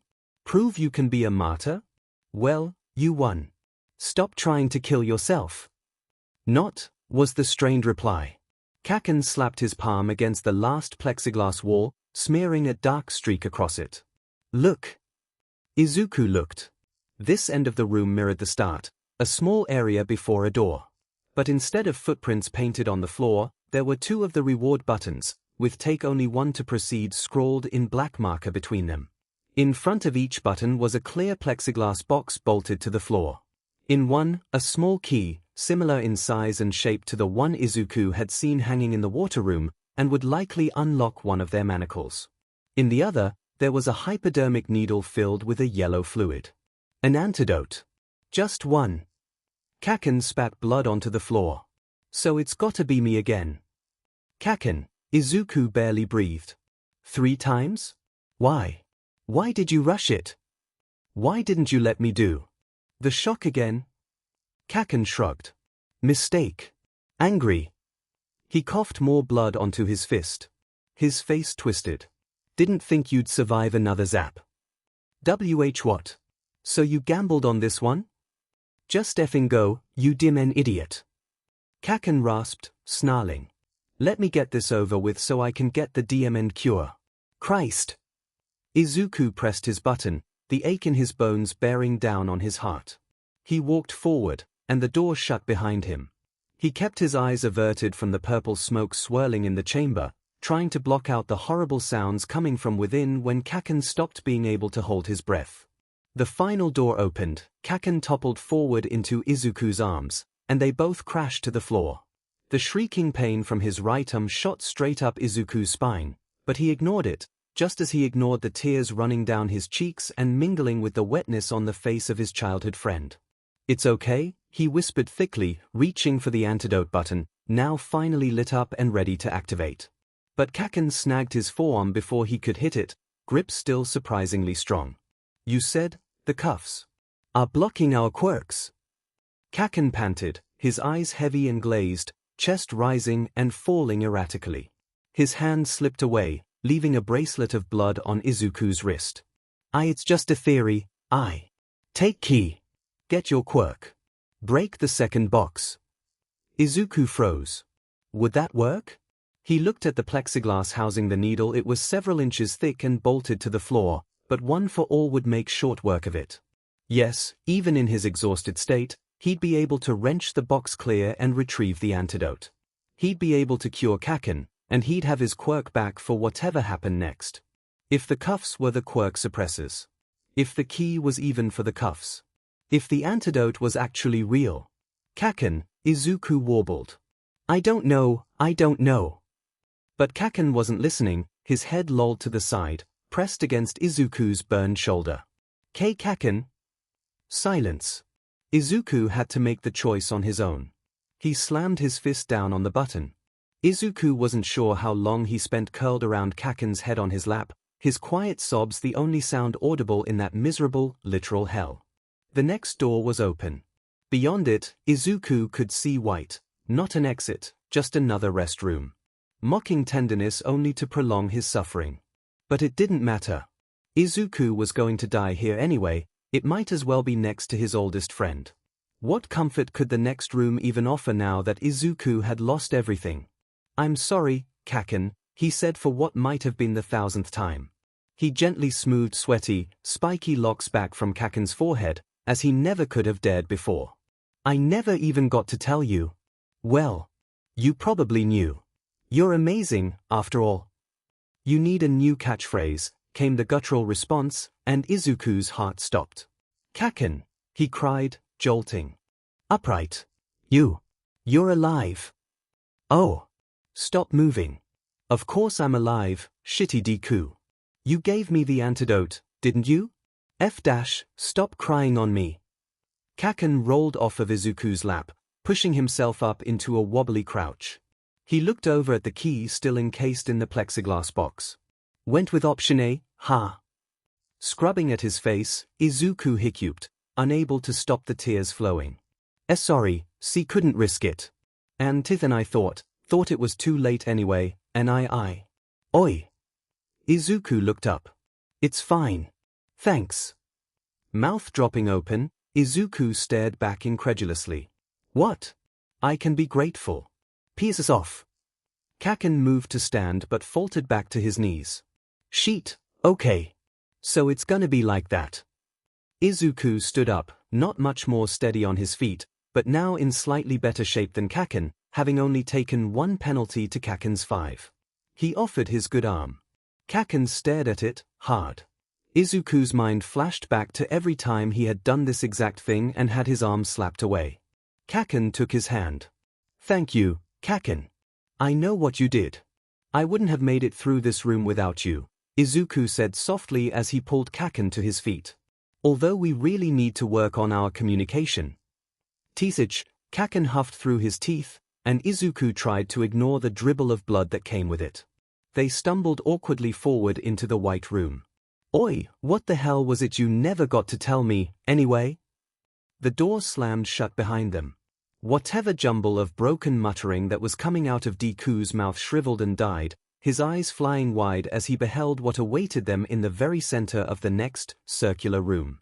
Given the white walls and the pattern of the first 3 chambers, it was conceivable that this would be another opportunity for recovery, a breather after the last trial, to get them at least back to zero so their shitty dancing was more lively for the amusement of their unseen audience.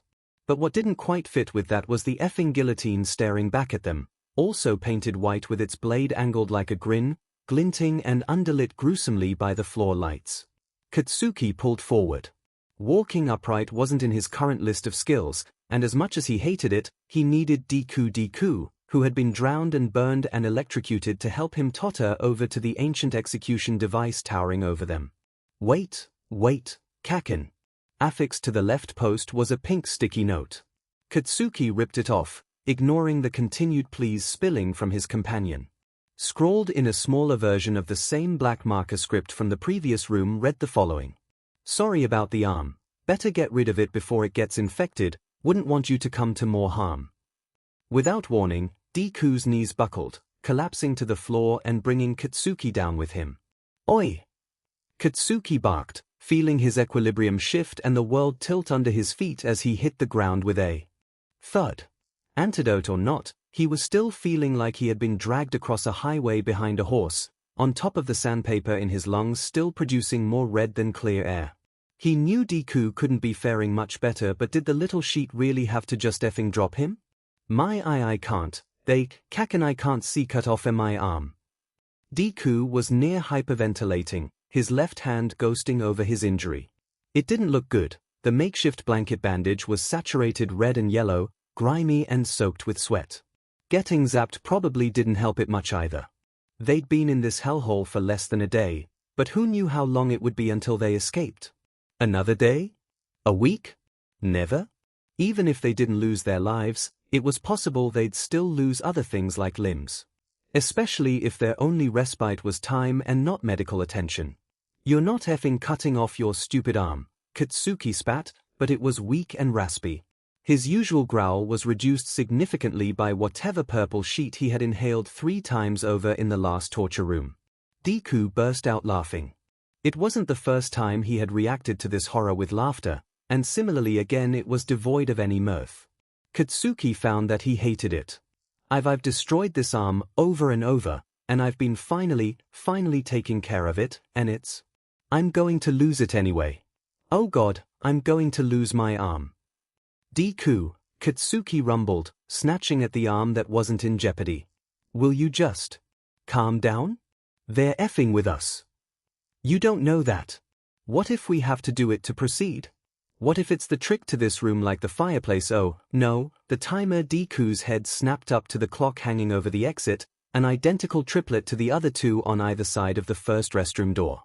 9 hours left. Generous. But, if it was the same as the first time, it was 9 hours until the next trial began. The door would likely open sometime before that. And something would probably explode.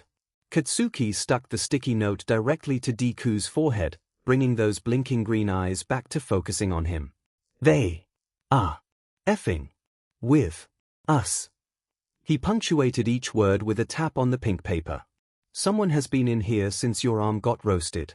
They saw that happen, then came in here and stuck this shitty note. Okay? We're not cutting your arm off." "Then why is there a guillotine here?" Deku asked quietly, peeling the note off of his face. Opening his mouth to respond, Katsuki was seized by a fit of coughing, the sudden punch to his sternum sending his stomach for a loop. He tasted copper and his hand was splattered in dark red droplets. Katsuki's eyes narrowed at it. A pair of worried green ones did too. Next to them on the floor, at the base of the guillotine, was a single bottle of water and one pillow. Generous. Katsuki wiped his hands on his decreasingly white pants before snatching up the bottle and unscrewing the lid. He shoved it in Deku's face. The other boy looked like he wanted to protest. Katsuki was the one coughing up blood, after all. But all the more reason to not go first and contaminate it.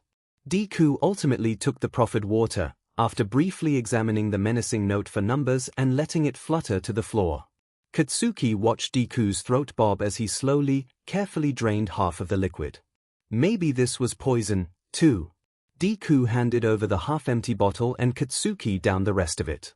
Look, our priority right now is finding out when that, Katsuki rasped, wiping his mouth and jabbing a finger at the door, is actually opening. Then we can get some rest. He shook out the pillow before tossing it behind him, clear of the guillotine. We'll worry about all slicey here later. Are you okay to get up? Ears burning, Katsuki bit down on the urge to tell Deku to go F himself. What use was his pride when he couldn't stand? His pride couldn't search the room for clues. His pride couldn't save himself. Couldn't save Deku. So he put it away. For now. With some maneuvering using Deku's good arm and, somewhat distressingly, the guillotine, they managed to struggle themselves upright. Katsuki swept his gaze across the room. Like the one with the fireplace, it was all white. But there's where the similarities ended. This one was entirely circular and tiny, its walls composed of large, layered brick. It felt like they were in a castle tower or a dungeon. The room was entirely dominated by the guillotine at its center. Lining the walls were a variety of empty picture frames. Once again, painted ghostly white. Katsuki nodded toward them, coughing into his fist. The two boys shuffled around the perimeter side by side just as they had in the fireplace room. Except they weren't physically chained together this time, now instead bonded even tighter by predicament and need. And perhaps something more. Hope they do mind me redecorating, Katsuki said dryly, running a hand across a frame and leaving a red streak. With a yank, he wrenched it off the wall. After checking the back blank, he threw it to the ground with a clatter. The space the frame vacated was similarly fruitless. This continued until nearly all of the wall was bare. Until the second-to-last picture frame didn't budge. Bingo! Katsuki allowed himself to grin, withdrawing his arm from Deku's shoulder to get both hands around his prize. He pulled, and yanked and twisted and shoved. He grit his teeth as Deku joined in with one arm, adding what little strength he could. But their combined effort got them nowhere. The frame remained solidly stuck to the wall. Maybe if they had been at full capacity they could have gotten it off. But they were both drained. I hate this place, Katsuki snarled. I hate this place so effing much. Me too, Deku chuckled humorlessly. Expletives and all. Katsuki's eyebrow quirked at that. Yeah? Let's hear it, then. The red that flushed across Deku's ears and cheeks was adorable. Adorable? Christ, but this place was really effing with Katsuki's mind. And not the time, Kacchan. Let's focus. Katsuki hummed. He kept pulling at the picture frame, but he couldn't help the smile that had curled up the corners of his mouth. Deku stopped moving. The teasing forgotten, he was swept away in a sudden muttering storm, unintelligible words spilling rapid fire from his lips. Katsuki watched quietly, surprised at his own patience. After a minute or so of nonsense, Deku caught up the chain attached to his ankle with his left hand, shaking it in Katsuki's face. Leverage, Kacchan. We can barely get a grip on the frame, which means we can't pull very hard. But if we attach the chain to it, I think we can get a link around the knob at the top. We'll be able to pry it right off. With your leg still attached to it. Deku twirled the end of the chain lightly, then inclined his head toward the center of the room. Actually. Katsuki's eyes widened.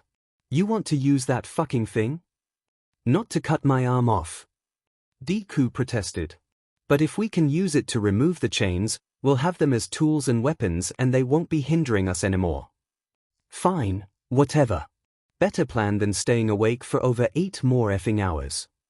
Katsuki let Deku loop his arm around his waist, and they ambled over to the intimidating piece of machinery. The guillotine.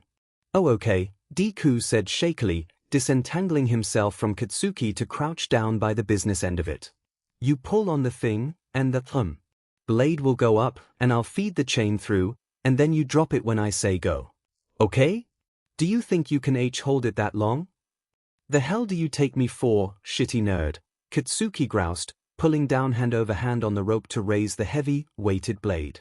It wasn't easy, and Katsuki was definitely exerting himself, but like hell he was going to accidentally chop off Deku's fingers. Wonder if this could cut through the shackles, too, Deku muttered as he sat back on his rear and began to shove the links through the circular opening. Meant for someone's effing head. Katsuki grunted. If this thing can slice through the cuffs, it sure as hell is taking your foot off with it. You ready? Ready.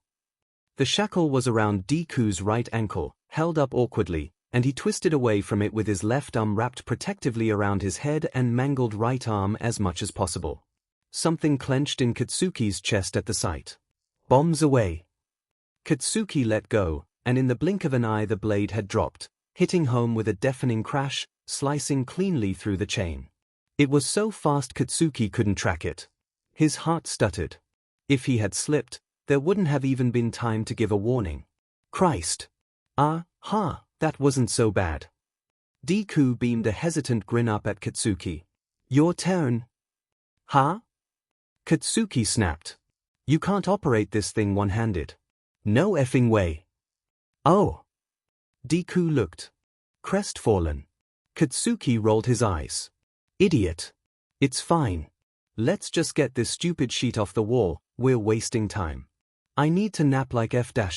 Deku retrieved the chain from the other side of the guillotine, and with Katsuki's help and giving some of his own they attached the end link to a sturdy metal decorative knob that jut out of the top center of the frame, almost like a hook. Almost as if it had been designed for this exact purpose. A sour feeling wormed its way into Katsuki's stomach. This is all some stupid setup, using the chain isn't clever, it's what they wanted us to do. Deku looked at him, brows knit together over confused eyes. Well, of course it is, Kacchan, it's a puzzle. Maybe there are multiple solutions, but they have to give us a way to solve it, right? And with so little here, he glanced around the barren room. The chain was naturally what we'd come to. Katsuki scowled. If he had left Deku to die in the water, he wouldn't have the chain with him anymore. If Deku had picked the key over the antidote, and Katsuki had perished, he also wouldn't have had it. Unless Deku dragged his dead body with him into the next room. They knew exactly what choices they were going to make. Because they weren't really choices at all. He really effing hated this place. Katsuki yanked on the chain. Nothing. He planted his feet on the wall and strained against it with what little strength he had left, and Deku pulled on the chain with his left arm. Effing die already! Katsuki roared, but it had little effect. Are you kidding me right now? He gasped. The chain fell from his shaking fingers and he slumped against the wall, sliding to the floor. He buried his face in his hands. Blood in his ears pounded insistently against his skull, making him dizzy and lightheaded. Copper soured on his tongue. I can't, Deku. The words tasted foul and his stomach curled. Unwelcome tears gathered hot and angry behind his eyelids. Hey, it's okay, the voice above him said uncertainly. We can take a break. The number is probably low, we can rest a little. We didn't even find the first one until a few hours in. Katsuki grit his teeth. All the more reason for this number to be in 5 effing minutes, he hissed. He raised his eyes, glaring furiously at the guillotine standing proudly before them. Too bad we can't just chop it up, at least I can still pull that stupid sheet. Deku moved silently over to the final picture frame, pulling it down from the wall. Nothing on it, nothing behind it. Just checking, he whispered. Maybe inside the pillow. Wait, Katsuki bit out. His heart began racing as the beginning of an idea tingled in his rundown brain. Maybe we can use it. Oi, help me up. He held his hand out to Deku, who looked at it with wide eyes for a moment before pulling Katsuki upright. He motioned to the aforementioned device, and they moved over to it. See if there's anywhere on the top of the blade we can attach the chain. There's a few big bolts, it won't reach, though, Deku pointed out, gesturing to the chain that trailed behind them with his head. Pulled taut, it would just make it to the base of the guillotine. Perfect. What? Look, nerd. Katsuki pointed to the top of the structure. At the top it'll be level with the knob on the frame, and the distance is shorter. We hoist the blade up, attach it, then let it fall. If the chain is stronger than the glue or whatever, it pulls the sheet off the wall. Boom. Pythagorean theorem. Deku stared at Katsuki blankly for a moment before the gears started turning. Oh, of course. He grinned, goofy and lopsided. Kacchan's so smart. TCH, don't effing get ahead of yourself. We still have to get you up there to attach it. Oh, right. Katsuki chewed on a fingernail as he looked the guillotine up and down. All right. I think if you stand on my shoulders, I can still pull the rope. You'll have to lean on the post with your stomach, and you might need to use your bum arm. Think you can handle that? Deku wasn't looking at Katsuki. He had turned bright red. Oi, shitty Deku. You listening to me? Think you can handle that? He couldn't bring both arms up to wrap around his face, so only the left one curled into its normal position of embarrassment. Kacchan, Deku squeezed out, I'm not wearing pants. Katsuki snorted. Yeah, I fucking know. Your junk and butt have been on display this whole time. Can you handle it or what? Kacchan. Deku squeaked, clearly mortified. If I stand on your shoulders. What? Why was he acting this embarrassed about NDTY? When their lives were at stake? And why were Katsuki's ears burning? Oh my god, Deku, he sputtered. Like we haven't been at an onsen together. Changed in locker rooms at the same time. We just shared a blanket fucking naked. Need I remind you, this is a matter of life and death and we don't have time for your schoolgirl bullshit? I won't look at your goddamn D-dash, now get the F on my back. Katsuki was practically frothing, his unbridled rage in contrast to the big deal such a thing supposedly wasn't. They had known each other their entire lives and had seen each other ND plenty of times. Katsuki didn't give a F about NDTY anyway. Why was it suddenly awkward? Deku said nothing, but stopped tugging at the front of his tattered robe with the hand of his injured arm. He nodded, and silently moved to stand behind Katsuki. He had looked like he was about to cry. Katsuki hated this place. Okay, Katsuki breathed, dropping into a crouch. He scooped up the chain from behind him, handing it to Deku, who took it gingerly in his right hand, wincing. Arm's length from the post was enough slack to reach. Up, Katsuki ordered. Deku climbed onto his shoulders, his bare feet curling to grip as best they could. The few links still remaining on his right shackle draped cold across Katsuki's back. Ready? Why yeah. Ready. With a deep breath, Katsuki began to rise. Pulling himself up hand over hand on the guillotine post, relying entirely on his arms. The added weight was excruciating, the burn under his shackle, which he had been largely ignoring, flared with a sharp pain that shot in piercing waves up his entire leg. His muscles strained, sweat burst out of every pore and he clenched his teeth so hard he could feel it all the way through his jaw into his skull. Why did he think he could do this? He couldn't even stand on his own. Kacchan's amazing, Kane whispered reverently from above him. Yes, Kacchan's amazing. With a harsh, guttural grunt, Katsuki pushed himself and his hitchhiker all the way up to full height. He was panting, hard, leaning his head against the post in an effort to catch his breath and calm his speeding heartbeat. He knew he had to move, just holding Deku upright was effort, and this wasn't really resting, but God, if he could just have a second. No. He set his mouth in a grim line. He couldn't. Carefully moving his hands from the post to the pulley without jostling Deku too much, he began to raise the blade. It was much, much harder this time around. Inch by inch it moved upward. Little by little. Breath by breath. Strain by strain. Sweat drop by sweat drop. Until finally it hit the apex, and Deku shakily leaned forward, fumbling to affix the chain to the blade. Fumbling. Deku, Katsuki hissed between clenched teeth, his entire body racked with violent tremors as his grip threatened to give out. Sorry, oh my god, I've almost got it. Got it! Katsuki nearly let go. It would have been so easy. Get down, he wheezed. For once in his life, Deku didn't question it. He scurried gracelessly down the post and off of Katsuki's shoulders, as quickly as he could with only one functioning arm. Now! Katsuki let the rope rip from his hands as he dove out of the way, dragging Deku down with him. Not half a moment later, the guillotine crashed down, followed immediately by the picture frame smashing into it, the chain whipping over their heads just shy of decapitating them. Bits of wood and plaster pelted Katsuki's bare back, but did no real damage. F-, he groaned, flopping down onto his stomach next to Deku. Every single inch of his body screamed in agony. His gas tank was empty. Well and truly at zero. I don't believe it, Deku whispered next to him. Huh? Katsuki picked his head up as much as he could, following Deku's line of sight. Written on the wall where the picture frame had been were the numbers they were looking for. 0, 0, 1, 3, 13. The same effing number from the first white room. Wow, that's great. Just effing great. You know what? Fine. F everything, I'm passing the F out. Wake me up never. And Katsuki passed the F out. This time when Katsuki woke up in that nightmare, Deku's face hovering over him was only an unwelcome sight because of the confirmation that they were still in it. His hair was a bedraggled disaster, even more so than the usual wild mess of green curls, sticking out in every direction including plastered to his forehead. Dark circles hung under droopy, red-rimmed eyes, the vivid emerald color muted and lacking its usual luster.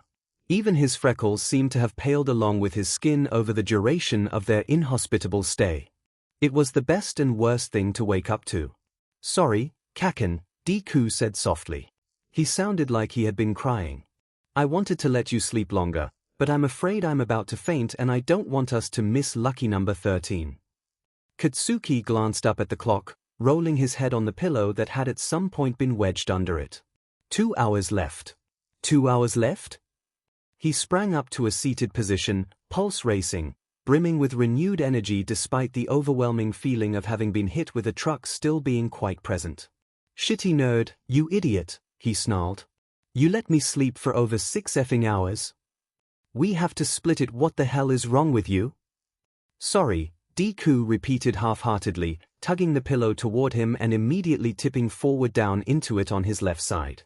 He sighed, curling his knees up to his chest, heedless of how it effectively pointed his bare backside right at Katsuki. Fuming, Katsuki bit down on the lecture he burned to deliver. The idiot was already out like a light. And since he had barely left himself any time at all to sleep, Katsuki wasn't about to keep him awake by yelling at him. Even if he really, really wanted to. F-. Katsuki dragged his fingernails across his grimy scalp, trying to bring his sleep-addled brain to full power. Had Deku really sat here for 6 hours, watching Katsuki sleep, effectively alone? Sure, Katsuki had spent about as much time watching over Deku after he had drowned, but the nerd had woken up halfway through it, on top of the fact that Katsuki was just cold and a little tired at that point. He didn't have untreated third-degree burns eating away at him. And, if he was being honest, the skin-to-skin proximity had been soothing to Katsuki, too. Not that he would ever tell anyone that. Deku looked so small. So fragile. Katsuki knew he wasn't, even without the use of his quirk, Deku was a survivor. But coiled into a ball, snoring lightly, his right arm draped stiffly down his side standing as a gruesome reminder of the danger they were in, he looked far younger and frailer than he was. And he had given up a chance at sleeping almost a full 4 hours so Katsuki could sleep 6. Katsuki hated him. And yet, he found himself absent-mindedly running his fingers through Deku's hair before he snatched his hand away. What the F was he doing? He scooted back a foot or so, heart hammering in his chest. What the F, what the F, what the F dash? I never even got to tell you. Well, you probably knew. You're amazing, after all. No, this wasn't happening. Not here. Not now. Not ever. This was just some trauma-induced need to seek comfort in a time of extreme stress. Or some shit. Katsuki was suddenly grateful for Deku's martyrdom because it meant he didn't have to spend quite so long alone with his traitorous thoughts. It was going to be a long hour. With 4 to 5 minutes to go, Deku began to stir of his own accord. Dumbass wasn't even taking the entirety of what little time he had allotted himself. With a quick movement, Katsuki pushed himself away from where he definitely wasn't letting the nerd's gross foot drape across his shin. Go back to sleep, idiot. Naya, Kacchan, Deku yawned. I don't want to be up. I'm up. I'm up. He looked like a sleepy kitten, and again what the actual F dash. Rubbing at his eyes, Deku winced sharply as he jostled his right arm in an effort to sit up. His breathing was rapid and shallow, and he frankly looked worse than when he had gone to sleep. How's the arm? Katsuki wasn't sure why he asked. He knew the answer. Bad. Figured. Silence stretched between them for what felt like the first time since they had been forced into it underwater. They had rarely stopped yelling at each other, and now suddenly Katsuki was at a loss for anything to say. Even Deku, with his muttering that never seemed to have an off button, was quiet and subdued. Their eyes were trained on the countdown clock. They were probably both thinking the same thing. What was going to happen at 13 minutes? Would they sustain further injury from it? Would they survive the next room, when they were both barely clinging to life to begin with? Would only one of them? I can't watch you die anymore. The words were soft and barely audible, and still Katsuki turned incredulous eyes on his companion, a familiar fury flickering under his breastbone. That's rich, when I've had to watch you croak way more times, a-hole. Deku's morose expression quickly twisted to something defiant. Some of that light that had gone missing returned to his glimmering eyes. No? Did you forget about the entire last room we just went through, where you took 5 penalties? I didn't take 5 penalties, idiot, Katsuki sneered. And I had to watch your stupid body get electrocuted and go limp, for like, 3 minutes. Struggling up to standing like a wobbly baby deer, Deku balled his left fist and shook it. His voice also shook. I had to watch that, too. And it was 5. The heat, the electricity, and 3. 3 poison attacks. 5. And then you died. You died, Kacchan. Katsuki was on his feet before he realized he didn't need help to stand up anymore. His brain raced over the events of the past room. Had he really taken 5 penalties to get Deku through the chambers as unscathed as possible? Well, so did you. Katsuki bit back, stomping forward until he pushed right into Deku's face. How do you think I felt seeing your corpse floating at the bottom of a pool? Had to drag you out. Your heart almost stopped. You weren't breathing. I had to give you mouth-to-mouth. He was shouting, now, though he really didn't. Know why? All of the remaining color drained out of Deku's face. You, what? Huh? Don't you remem? Oh. Of course he didn't remember. He was dead. Deku's left hand came up to hover over his lips, his eyes wide and panicked. I've never. The feeling of his ears burning was one that was happening far too frequently, and Katsuki was starting to despise it almost as much as he loathed everything else about his life right now. It wasn't a kiss, you dickhead. Even if that's exactly what had gone through Katsuki's mind when he was doing it.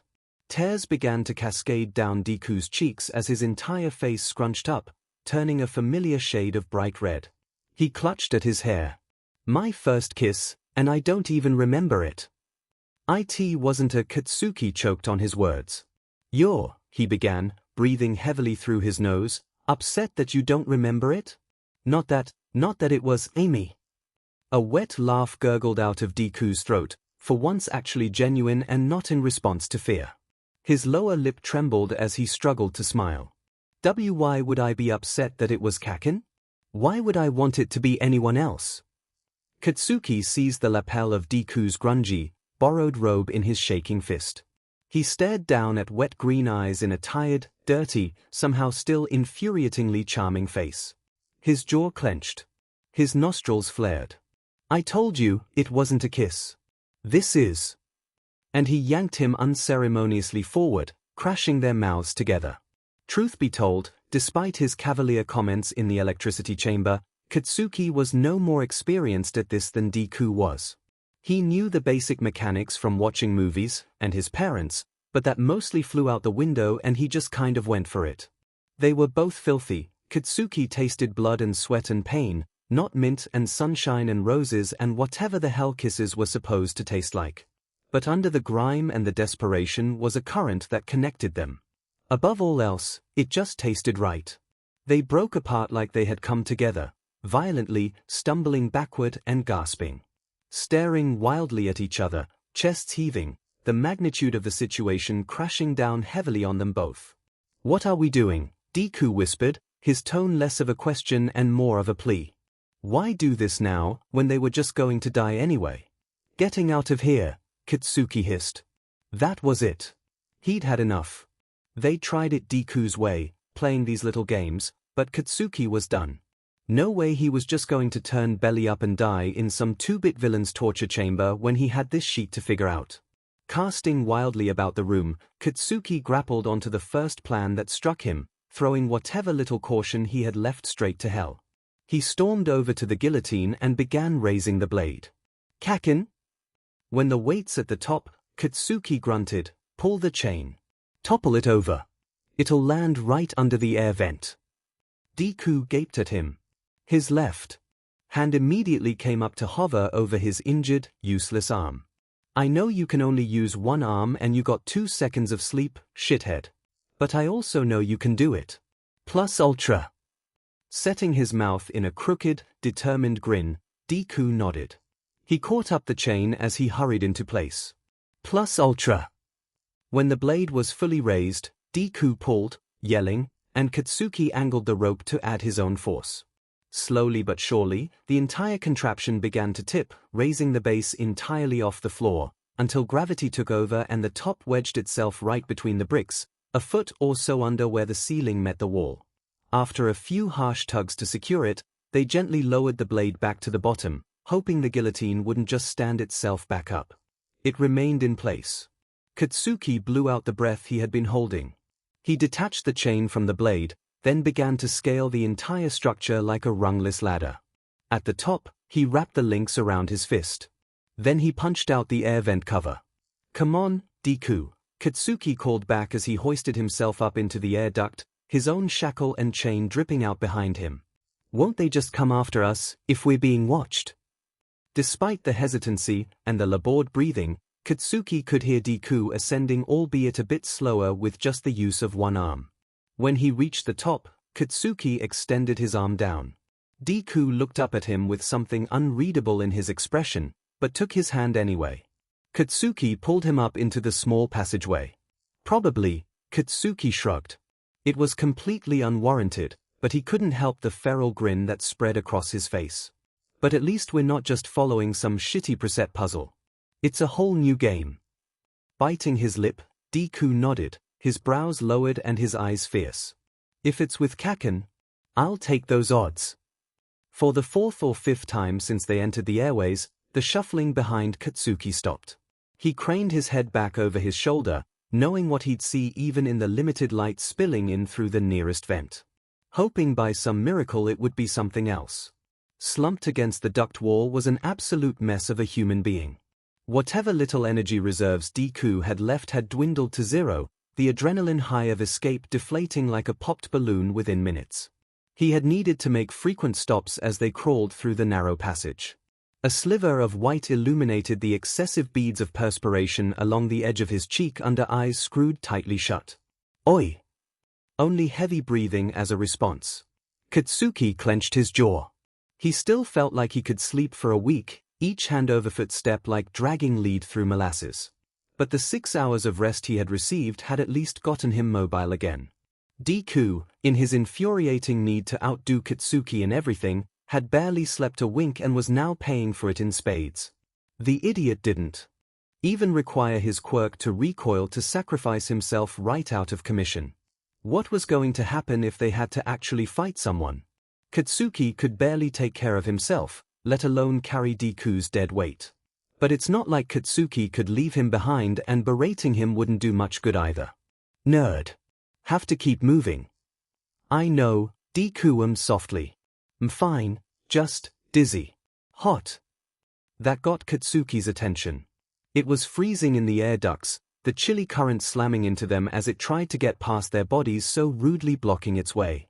A few feet ahead the ductwork opened up at a four-way junction. Katsuki pressed ahead just so he could make a U-turn, the chain that wrapped snugly around his shin clanking softly as it grazed the duct floor. The free chain, formerly attached to Deku, was looped around his waist. Katsuki's calloused palms weren't particularly great at gauging temperature, so he placed the back of his hand against Deku's forehead, nudging some greasy curls aside. Deku shivered under the touch, though he wasn't cold. He was hot. Way too hot. Christ, Deku, Katsuki swore. His voice shook as it echoed back in the metal box wrapped tightly around them. You've got a goddamn fever. Oh. Deku responded like Katsuki had just pointed out something mundane and mildly interesting. Like it was going to rain tomorrow, or Shitty Hair thought something was manly. He didn't even open his eyes. A soft thump sounded as Katsuki dropped the side of his own head against the cold metal wall, reverberating back not unlike when he tried kicking his way out of the water room. He blew out a sigh through his nose. Deku's condition had deteriorated rapidly, and would only continue to do so the longer this went on. He wasn't just tired, he was in real danger.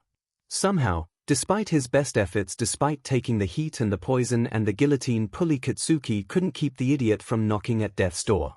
The only way they were going to get out of this was if they could follow the airflow to the exit of whatever building they were in. And they had to do it quickly. Their adversaries likely knew they had made an unsanctioned detour, but a tiny sliver of hope remained that it had caught them off guard. A few wrong turns and dead ends had already cost the boys time. Katsuki didn't know where he was going. If he left Deku behind, he could move faster, potentially locating the exit quickly and then doubling back.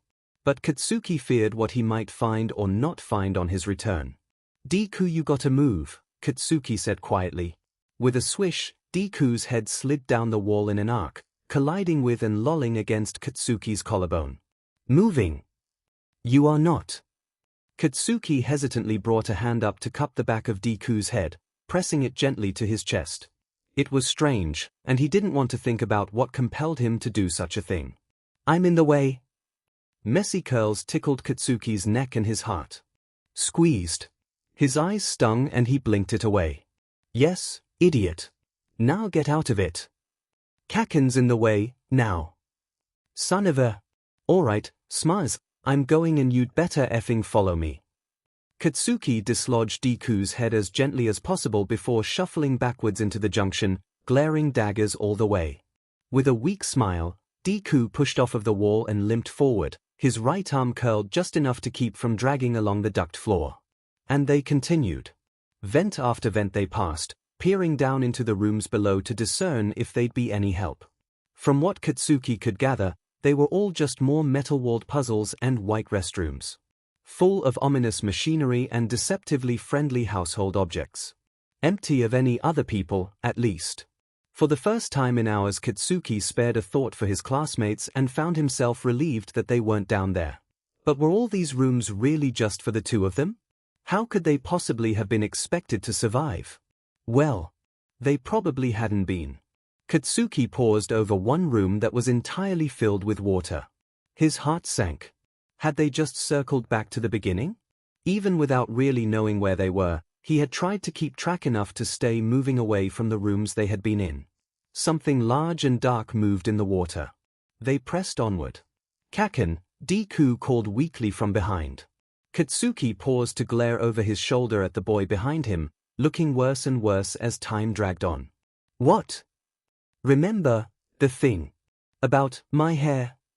Whipping his head forward, Katsuki resumed his crawling march. Can it, nerd? We're not talking about this. That's okay, Deku sighed. Kacchan kissed me with tongue. That probably counted. Katsuki stopped moving. He felt his face heat up in that impossibly cold airway. I swear. To God. The words could barely tumble out, fury and frustration and fear causing his entire body to shake. If you give me your shitty quirk, you'd better effing die, because I will strangle you to death with my bare hands. Silence. Plip. Plip. Katsuki chanced another glance back. Tears were streaming silently down a freckled face, the tiny dots just barely visible in a slice of light from the vent between them. The liquid rolled off the edge of Deku's chin, splattering on the cold metal between his good hand and his bad one, no longer even held up but bent awkwardly against the duct floor. Well, I don't want to die, he sobbed, his voice raw and broken. I just it hurts so much. Deku trembled violently, collapsing once more against the side of the duct, chest heaving. Katsuki twisted, but couldn't fully turn around. His heart beat rapidly against his ribcage, the need to do something clawing uselessly against the fact that there was absolutely nothing he could do. Kacchan should go, Deku whispered wetly. You, shouldn't see this. I'm not effing leaving you, Katsuki snarled, resisting the urge to slam his fist into the metal keeping him pinned. They were making too much noise as it was. Deku laughed, and it was that manic pitch that signaled fear rather than amusement. That's not fair. That's not fair at all. Kacchan should leave. He should hate me. He shouldn't be gentle. Kacchan certainly shouldn't kiss me. Not when I won't get to do it again. Not when I'm going to die. Deku, shut up, Katsuki tried to demand, but it came out as a desperate plea. You're delirious. Teeth chattering, Deku curled in on himself, glazed eyes slipping shut. Why yeah, probab. Probably. Oi, do not go to sleep. It's just a little farther. The words dragged like sandpaper across his tongue. Must be delirious, Deku slurred. Kacchan's no liar. Katsuki scowled. Maybe he didn't have to be. They weren't getting anywhere bickering at a standstill in the air duct. If Katsuki could find the exit, if he knew where it was, he could come back and drag Deku out. It was exactly what he had wanted to avoid. What if their captors found him while Katsuki was away? But they were running out of options. I'm gonna go ahead and come right back, Deku. Okay. Green eyes opened slowly, reflecting back poorly in the dim light. There were many things Katsuki had seen in those eyes over the years, but doubt was rarely one of them. Especially not about Katsuki. I'm serious, a-hole. I'll be right back. Kacchan's no liar. Quiet. The white noise of the airflow drowned everything out. Katsuki's shuffling, the iron scraping against steel, his labored breathing. His thoughts. It was a left, a right, another right and straight through before Katsuki found something. It wasn't the exit, but it wasn't a torture room either. Looking like some kind of control center with monitors, switches, buttons and blinking lights, he figured it just might be their ticket out or at least some way to call for help. The only problem was that it was a one-way ticket. If Katsuki left the air ducts, he wouldn't be able to get back up. And it was probably a big effing trap. Why else would it be empty? But it was still the best shot he had. If there had been anything to attach the chains to, he could affix one as a backup plan. But unlike the perfectly shaped knobs and bolts in the guillotine room, there was nothing explicitly laid out for them this time. No neat puzzle space to slot right into. So Katsuki moved on until he came to a junction that let him turn around, and he went back to Deku. Back across the control room, straight through, left and right. Deku was right where he'd left him, asleep. His asleep. Katsuki shook him, gently at first and then more forcefully when he didn't rouse. Finally, Deku groaned, eyes snapping open briefly before fluttering at half-mast. I'm really sick of swapping death scares, Deku, Katsuki said lightly, but his heart hung heavy. It was unlikely they'd manage another trade-off. Sorry, Kacchan, Deku sighed. It didn't seem like he'd actually heard what Katsuki had said. Come on. I found something. A left, a right, another right and straight through. It felt like hours to retread. Katsuki hesitated over the vent. Deku, he whispered, tight and strained, his blood pulsing in his ears. Katsuki had ridden high on anger and bravado for so long. But there in the quiet, cold and dark, with his oldest friend behind him hanging on by a thread, he felt small and scared. I don't know what's gonna happen. Him. No one ever does, Kacchan. It's okay. Heart in his throat, Katsuki pried up the vent cover, newly bloody fingernails hardly even a concern. Unwrapping the loose chain from around his waist, he handed it back to Deku. It was perfunctory, there was no way Deku would be able to pull Katsuki back up into the vents. But the gesture at least let them pretend. Gripping the edge of the opening, Katsuki dropped his body down into the room below. He hung on briefly, holding his breath, waiting for the sirens or alarms. When nothing sounded, he dropped to the floor like a cat. A quick scan gave him not much more than he had already seen, an open hallway that had been just out of sight of the vent. With one last glance up at Deku's sick, worried eyes, Katsuki turned to the wall of monitors and consoles. If this was a communication system, Katsuki figured he had one shot to get out some kind of distress signal before security found him out. If it was security, then maybe Katsuki could use it to his advantage, or find a way out. Katsuki glanced over the screens. Live camera footage. The penalty boxes. The water room. Plenty of other empty torture rooms. Security system, then. He narrowed his eyes. He didn't see any of the white rooms. Were they really not monitored? They had traps in them, too. Maybe they really were lucky and had even more time undiscovered. Katsuki's gaze swept over the remaining feeds and froze. The air ducts. They had cameras in the air ducts. Such intelligent rats, such clever rats. Katsuki spun, ice in his veins, falling back against the console with both hands. Standing before him was a man, a short old man he had never seen before in his life. Wearing a white lab coat and pointing a gun right in Katsuki's face. I have to say, it's the first time anyone's ever actually made it into the ductwork. I of course had it monitored to be thorough, but... You're just full of surprises, aren't you, Katsuki? I can call you Katsuki, right? The man smiled, his eyes crinkling pleasantly behind thick, round glasses. Who the hell are you? Katsuki had to dig deep to growl. He was shaking. Oh, you don't need to know that. We were never supposed to meet, yeah? But you're special, Katsuki, so I guess I'm not surprised. You see, usually I pay a lot of money for rats like you. But this time, I was the one who got paid. Isn't that something? He motioned sharply with the weapon. Hands where I can see them, if you please. Katsuki brought his hands off of the console, snarling. To cover the click they dragged in their wake. You too, little mouse, the man called cheerfully to the ceiling. I know you're up there, Izuku. Come on down and join us, won't you? Deku was just visible in the shadow of the air duct, left hand covering his mouth under wide and horrified eyes. Don't, Katsuki barked. The man sighed. Special rats are too much trouble. He raised the gun and fired. For an agonizing moment, everything slowed down. Kacchan!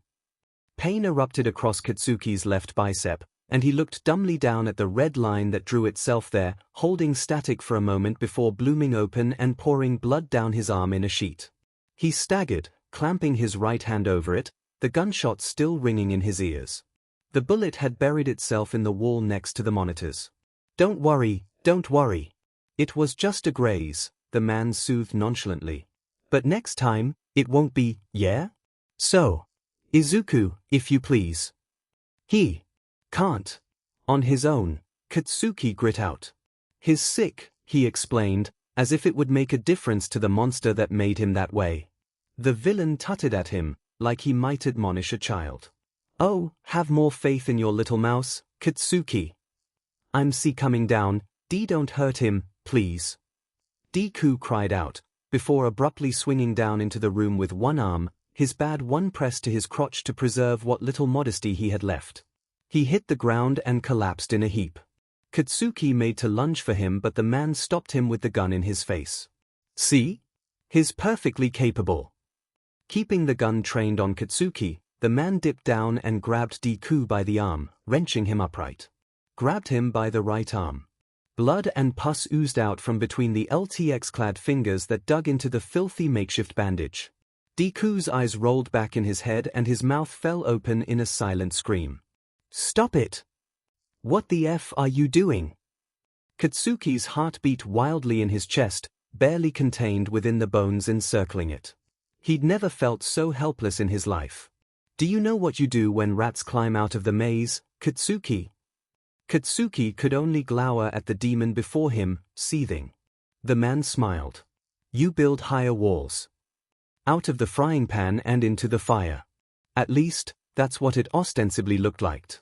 But Katsuki couldn't shake the feeling that, despite being marched at gunpoint down the corridor by an insane villain, he had a better chance than if the BSTRD had remained hidden. If he could just get close enough, if he could get Deku away from him, if Katsuki could wrap his bloody hands around the shithead's neck, he had a hell of a better shot of getting them out of here than through solving a bunch of death trap puzzles. Eyes forward, if you please. Katsuki very much so did not please. He kept stealing glances back behind him, where the sick F was still dragging Deku along by his bad arm. The poor idiot was already bad enough off. The glimpses Katsuki stole now weren't giving him much hope for improvement. Deku was far paler than Katsuki had ever seen him, and he looked completely out of it. The crying had stopped, along with all other sounds and signs of life, and his dull eyes just stared straight at the floor as he stumbled along. No other people, villains or otherwise, were in the hallways with them. They passed closed doors, open rooms, broom closets, even something that looked like a cafeteria. Empty. No one to help them. No one else to hurt them. It was just this one man. One man with a gun. Quick reflexes were a matter of pride for Katsuki, but he didn't have them now. Slow and dulled by exhaustion and pain, they had utterly failed him when the bullet grazed his arm. What hope did he have of wresting the gun away when even this dumpy shrimp of a man could outshoot him? To make no mention of whatever quirk he had waiting in the wings. Here we are, the villain announced brightly. They had stopped at an open door to a plain, unassuming room. He nodded at it. In you go. Hesitating, Katsuki stalled in the doorway. They were already trapped, but whatever was inside the next room likely wasn't going to end well for them. With a sigh, the man pressed the barrel of the gun to Deku's temple. Deku didn't even flinch. Fine, Fine. Katsuki jolted forward into the room, shaking. Last time, Katsuki had been shot with no preamble. He wasn't taking any risks with Deku's life. He turned back to the two still at the entrance. Unfortunately, I don't have any toys for you to play with, so you'll just have to sit and wait until we're ready. Toodaloo. And without any further ado, the door slid closed, leaving Katsuki staring at empty space. Utterly alone. What? He choked out. His pulse throbbed in staccato, staticky bursts behind his ears. He could hardly even process what had just happened. For the first time since they had arrived in this wretched place, Katsuki and Deku were completely separated. Not just by water, or clear plexiglass walls, or consciousness. Deku was gone. Deku was gone. No, you. Oi. What the F dash? Come back. Bring him back. You can't effing have him. Katsuki howled, prowling the tiny room like a caged tiger, snarling and snapping and sobbing. Blood ran down unchecked from the barely coagulated wound that split back open like a sick smile. Spatters followed him, painting the floor in smeared circles of red and pain. He barely had the energy for the fury, however, and he sank to his knees in the center of it. Defeated. He had let the stupid nerd slip right through his fingers, to his death. Katsuki didn't even get to say goodbye. Katsuki flexed his palms. Useless. He sat down, drawing his legs to cross in front of him. He put his head in his hands, and he wept. And waited. Minutes, days, hours, weeks. Katsuki didn't know how long he was left to rot in that plain box of white and gray. He floated in and out of consciousness, through dreamless sleeps and harrowing nightmares.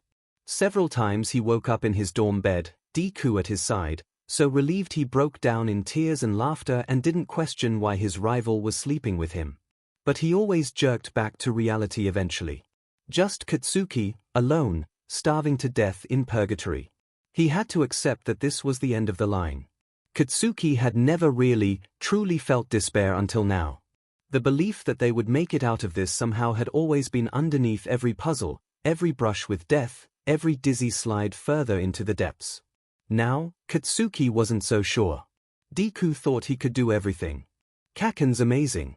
But Deku was gone. And Katsuki couldn't do anything. Couldn't do anything but wait to die. Alone. When the man came for him, he was also alone, his pristine white coat streaked dark across one side. Katsuki didn't even bother asking. He didn't want to know the answer. Still, he couldn't help but wonder. Did Deku fight? Did he cry?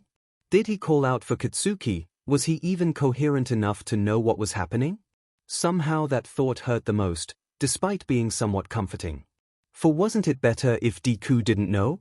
That he was spared further suffering in his final moments before slipping into the afterlife, if there was one? Maybe. But it still robbed him of last words, last thoughts. Robbed them both of everything they had yet to figure out together. The man motioned for Katsuki to leave the room. If you please. There was no way for Katsuki to keep track of where they were going through the labyrinthine halls, even if he had the will left to care. He was being led to his death. Or maybe to a final puzzle. The end result would be the same.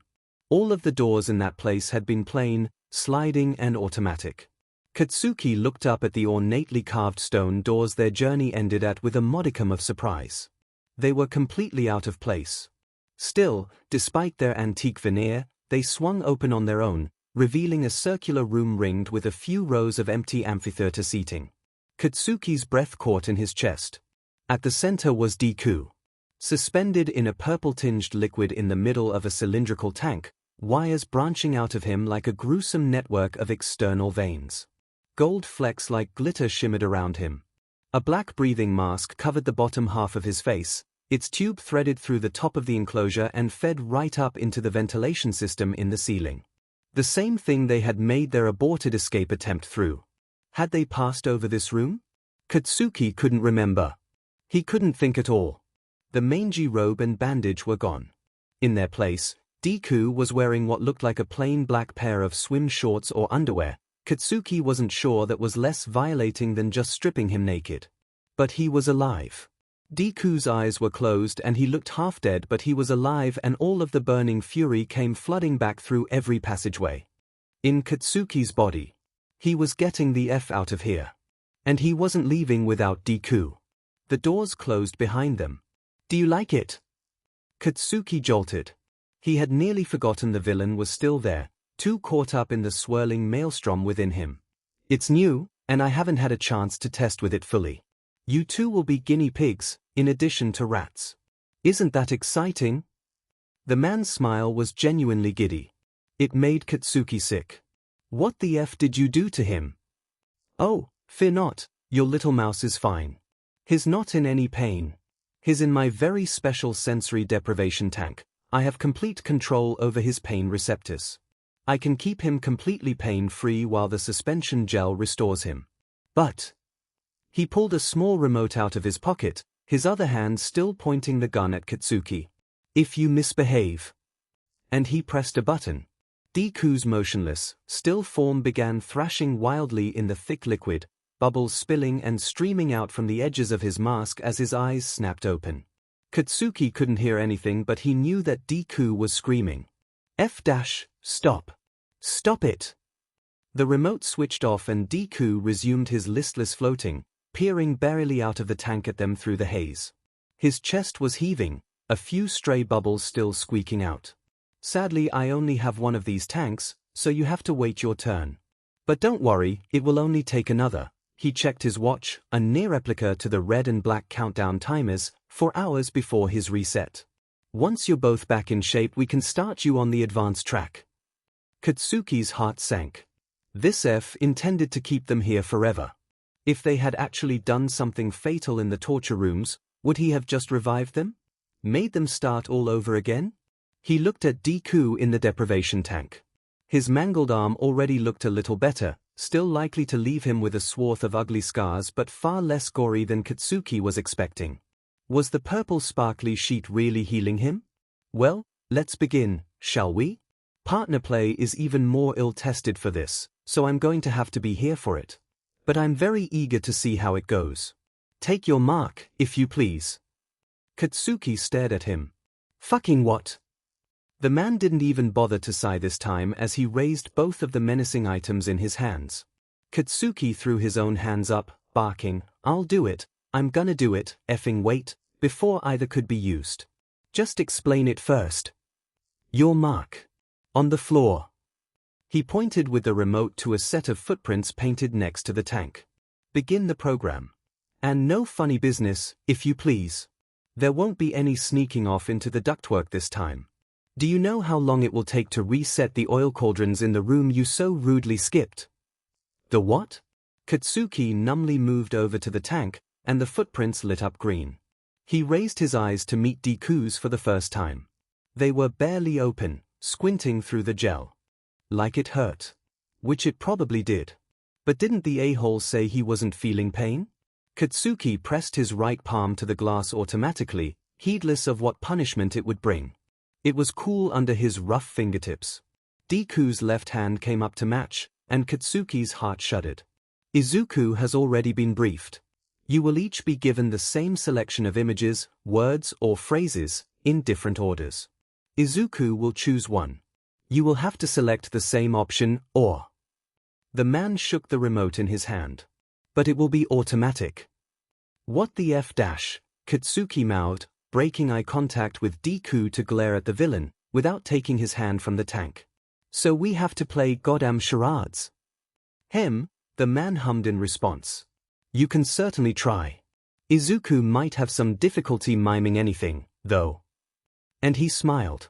He cannot hear you, but you cannot speak or gesture after he has made his choice, or you will fail the round. Don't try leaving your mark, either. That will also result in a fail. Katsuki turned his attention back in front of him. 6 blank white circles illuminated on the glass. Before Katsuki had even finished registering it, Deku had removed his hand from opposite his own and pressed against one of them. Even with the healing goop, he was still favoring his bad arm. A chime sounded and Deku brought his hand right back down to Katsuki's. The circles filled on the outside of the tank, each with a different picture or set of text as previously described. Brows furrowed, Katsuki searched Deku's face in confusion. He had made a selection so quickly, and wasn't miming anything, and... Oh! Katsuki finished reading the options. A stove, a storefront, the word fear, a forest, a haiku, flowers, and a mountain. But not just any mountain, Mount Haken, which Katsuki has been dying to climb. It's technically a volcano. He pressed his free hand to it. 2 chimes this time, and the images cleared. Katsuki almost smiled. Impressive, the man muttered, although he didn't sound impressed. Continue. And so they continued. Round after round of images and phrases, and the tank never had to turn on its occupant. There was always something that stood out like a colorful thread in the tapestry of their lives together, and Katsuki only had to run his fingers along it briefly to know which one to pull.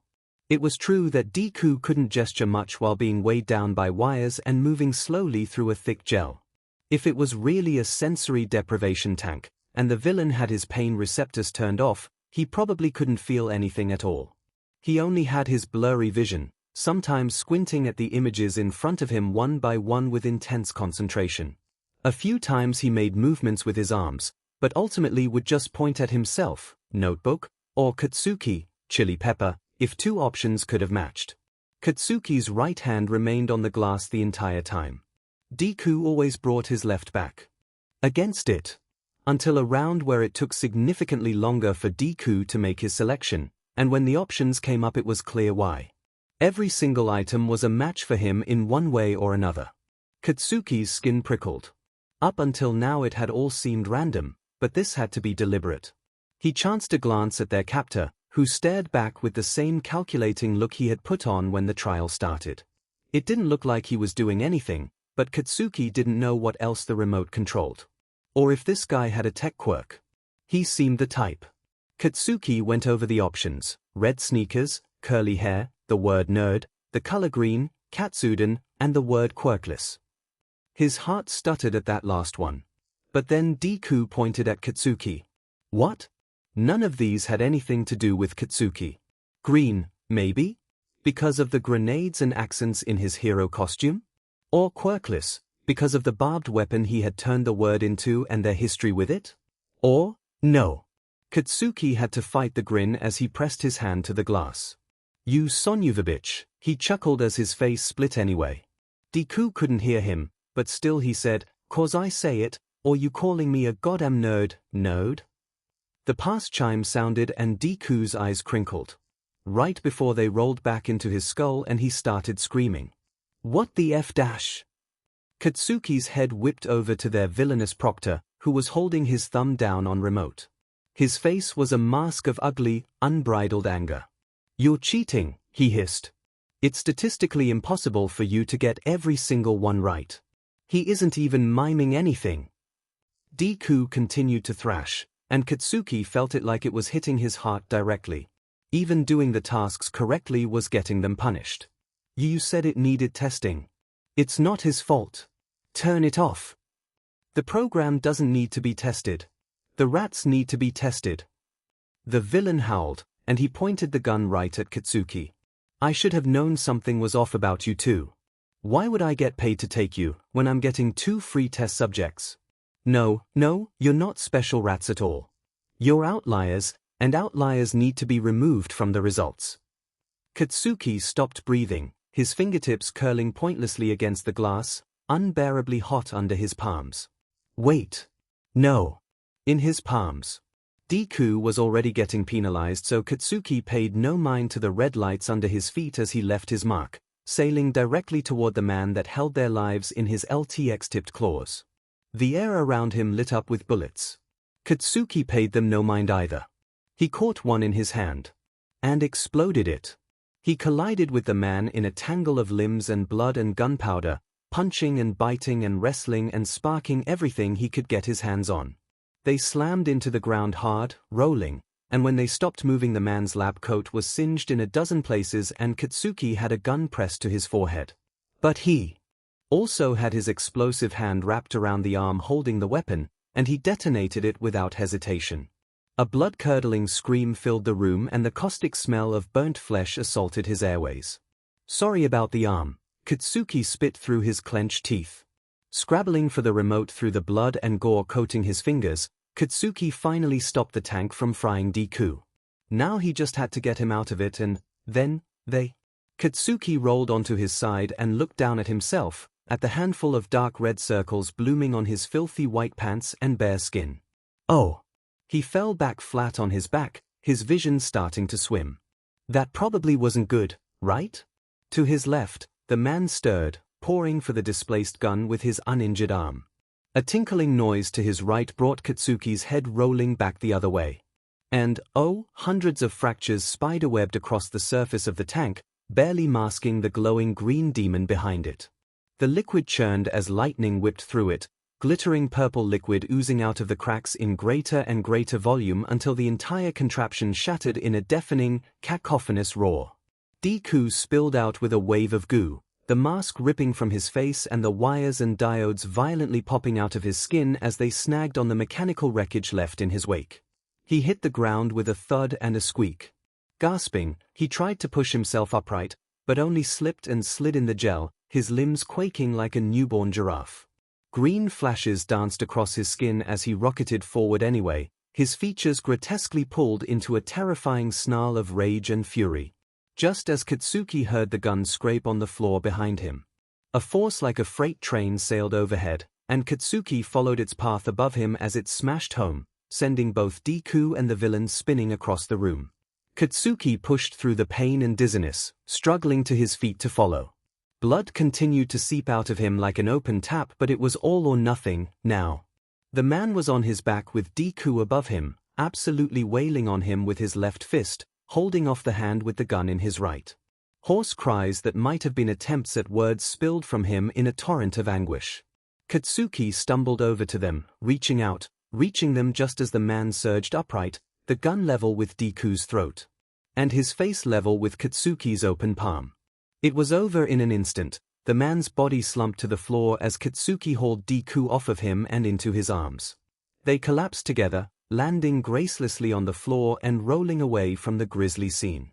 Their heartbeats slammed in sync as they settled side by side in the purple goo still spreading out all around them. Katsuki let his head fall to the floor and his eyes slip shut. Tears welled up behind his eyelids, choking his throat, threatening to erupt like they never had before. He clutched Deku's body tight to his chest, barely cognizant of the other boy frantically smearing the gel onto his bullet wounds.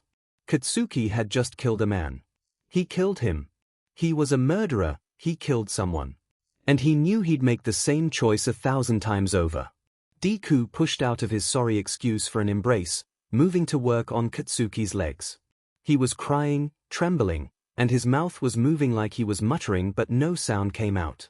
Katsuki suddenly realized how badly he wanted to hear that nickname from those lips. Deku, he breathed. He held out his arms like a child asking for a toy. Come back. Face crumpling, Deku shook his head, sending teardrops flying as he stubbornly continued his ministrations. The gel tingled on Katsuki's skin. It really did feel better. The gold flecks in Deku's hair shimmered under the fluorescent lights. It made him look like some kind of fairy creature. Please, Katsuki entreated, stretching his arms insistently. I'm fine. Didn't hit anything important.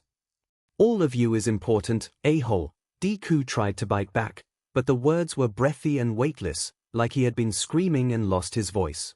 Which he had. Still, he relented, administering the slippery ointment to one last graze on Katsuki's hip before crawling back into his arms. They held each other in silence, just breathing. Katsuki didn't actually know if the bullets had hit anything important, but it hardly mattered. He felt okay enough. And the remote had been a casualty in the fight. It was unlikely they'd be able to make those big stone doors open anyway. Maybe Deku could push it if he was at full power, but even with his stint in the healing goop he was still clearly drained. Katsuki sealed their fates when he took a life. But still better than the alternative. Why'd you think our Q-quirks came back? Deku asked quietly, swallowing a few times to try to make his voice work. Guess it wasn't the shackles. Katsuki allowed his mouth to curl into a smug grin. It had been a complete shot in the dark, but it wound up paying off. Switch under the filtration section in the control room. I turned it off. Guess fuckface didn't know every single thing we were gonna do. It was labeled Q-suppressant, must have finally worked its way out of the air, or our bodies. Deku gasped, eyes widening. Kacchan's amazing. Snorting, Katsuki ruffled the damp and sparkly green curls with the hand that was at least a little less bloody. Oi, Deku's amazing, too, idiot. He wrinkled his nose. Teasage doesn't have the same ring to it. With a wobbly smile, Deku tucked his head under Katsuki's chin, like it was the most natural thing to do. Katsuki's heart flipped. Do you want to know something stupid? Deku whispered after a few moments. Huh. I wish we hadn't needed them. Katsuki grimaced. Do you think he was quirkless?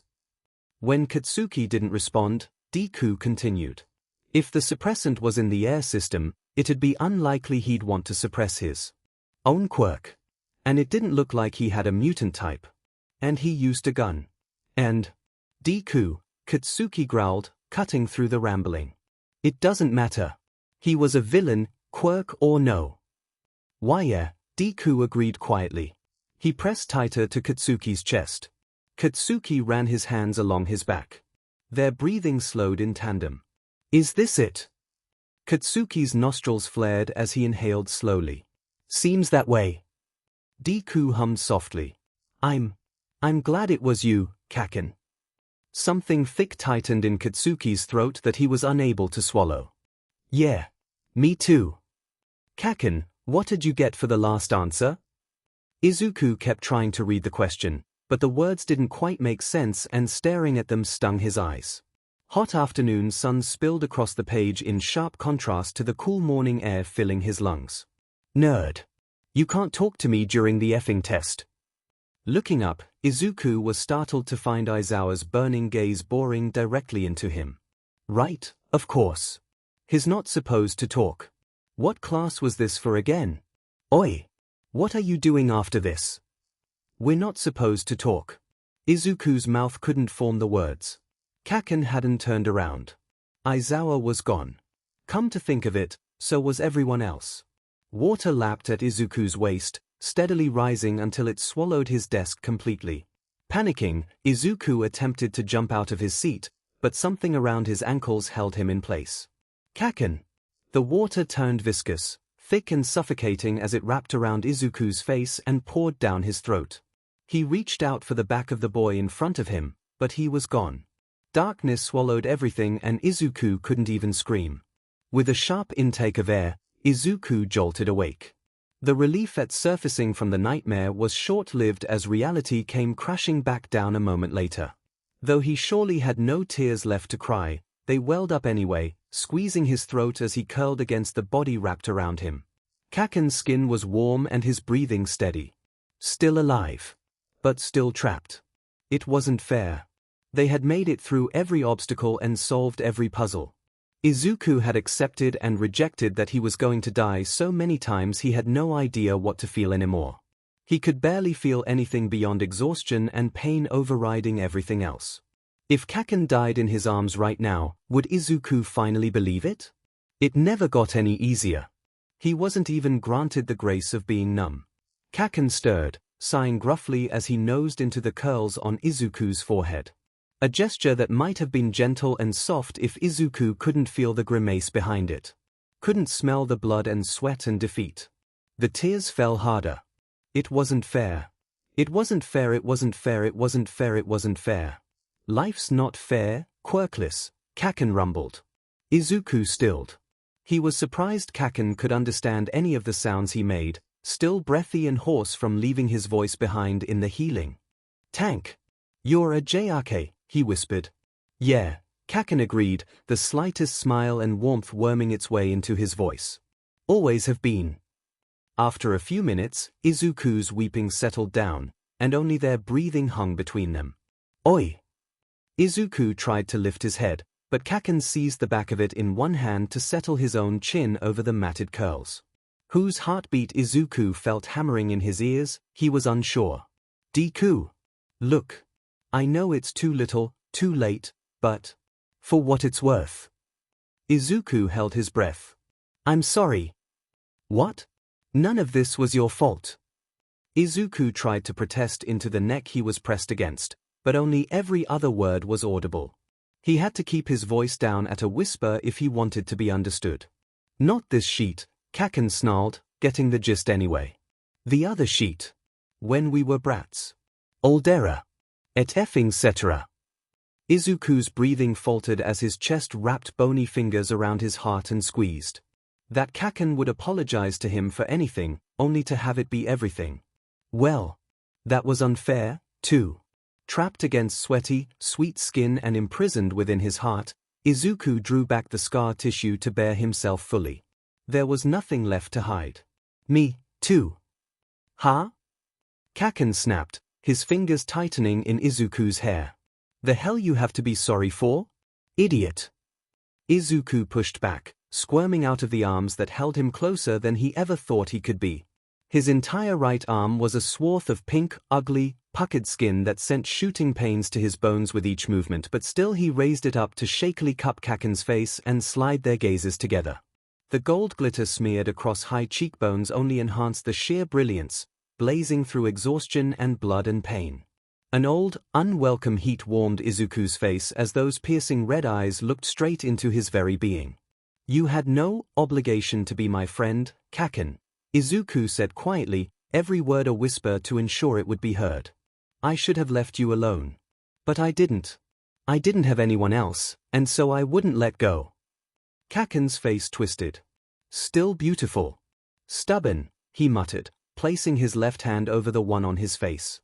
Always have been, Izuku returned with a weak smile. He withdrew his injured arm, curling it against his chest and ducking his head back down. I forgave you a long time ago, in any case. Then you really are an idiot. Maybe. Definitely. Hey, Kacchan. Kacchan grunted. Are we really going to just lie here until we die? TCH. Can you get up? Kacchan had been shot 5 times. Although most were superficial grazes and the gel had stopped the bleeding, he wasn't in great shape. At least 2 were serious wounds needing medical attention that just wasn't coming. Izuku's entire body was spent, just staying awake was an effort. Lifting his head made him dizzy. Whatever little energy he had gained from being in the restoration gel had been used up by 1. For all in the final fight. No, he admitted. Then yes, nerd. It was unlike Kacchan to give up. But then again, it was unlike Izuku as well, and he had given up a half-dozen times already. It really wasn't fair. Izuku didn't want to die here. He didn't want these first tender moments between them to also be their last. He wanted to live a life next to Kacchan, with Kacchan. Wanted to fight side by side and win. But fighting side by side and losing would always have been a possible outcome. Izuku just didn't expect to roll snake eyes on the first toss. Kacchan's body twitched against him. Kacchan! Ice crawled along Izuku's skin when he didn't get a response, but Kacchan's chest was still expanding against him. Just asleep, then. Izuku dreaded when that would no longer be the case. He pressed his forehead back into Kacchan's neck, feeling the reassuring pulse throb against his skin. With a sigh, he closed his eyes, waiting for sleep or death to overtake him, unsure at this point which he preferred first. At least he did for about 4 to 5 seconds. The steady thrum of their heartbeats was joined by a new sound. Izuku tried to ignore it, burrowing tighter into Kacchan's chest as he fought against losing the last of his sanity with the ghosts of words tickling at his periphery. Until he couldn't ignore it anymore and the realization shocked his entire body. Voices. He heard voices. And they weren't just in his head. Izuku rolled to face the doors, every nerve ending alight with sudden, coursing adrenaline. Like distant drum beats, the sounds only just filtered through the thick stone. But they were unmistakably voices, and they were yelling. They could have been more villains, but if death was the only other outcome, then it was a die he was willing to cast. Help! Izuku tried to cry out, but only formless air squeezed out of his lungs. Desperation and panic tightened around his neck, further cutting off his ability to say anything. He rolled back over. Kacchan, he mouthed, and still nothing came out. Was this just another nightmare? Trapped just out of sight of rescue, unable to scream or shout or signal. He grasped Kacchan's shoulders and shook him, forcing a strangled sound out of his own chest. If there was one thing he could rely on, it was Bakugo Katsuki's lung capacity, and he needed it now more than ever. The hell? Kacchan growled, swatting Izuku away. Trying to die in peace over here. But Izuku wouldn't relent, squeaking and shaking and gesturing wildly at the doors. It only took a moment longer for Kacchan to catch on. Sure, he shushed, clamping his hands down around Izuku's waist to still his flailing, ping his ear toward the exit. Realization lit up his ruby eyes and Izuku was not disappointed in the result. Kacchan was loud. Oi, we're in here, assholes. Oh I. Kacchan kept hollering, but even through it Izuku could hear a change in the sounds outside of the doors, getting louder, getting closer. He held his breath as they stopped right outside. Suddenly, a spool of red ribbons began pouring into the room from the narrow crack between the doors. The grip on Izuku's sides tightened, but before either of them could react, the fabric spun itself up into the number 4 ranked pro hero, Edgeshot. Izuku burst into tears. Edgeshot faltered backward as his horrified eyes landed on the two boys. Izuku could only imagine what they must have looked like, nearly bloody, and burned, curled up on the floor in a puddle of purple sludge, clinging to each other 15 feet away from a corpse. But he couldn't bring himself to care. A hero was here, they were saved. The relief that washed over him was so intense it hurt, leaving him lightheaded and shaking. His broken, wheezing sobs almost masked the fact that Kacchan was crying, too. The ribbons returned and retreated, and moments later the stone doors flew open. In an instant the room had filled, heroes and police and emergency personnel, all moving too fast to track, all speaking and yelling at once with words too garbled for Izuku to understand. Everything sight and sound blurred together, but at the center stood one man, sharp and unmoving, Aizawa, staring down at them with an expression Izuku hadn't seen on him since the attack on the USJ. But before he could process what that meant, there were hands on him touching, prodding, pulling him out of Kacchan's arms and away. Izuku had no voice left, but he screamed. All sense and rationality flew to the wayside as Izuku thrashed feebly against his rescuers, reaching out for the one thing he couldn't bear to lose. Pink lines flickered across his skin, but he couldn't wrap full cowl around himself at any percent.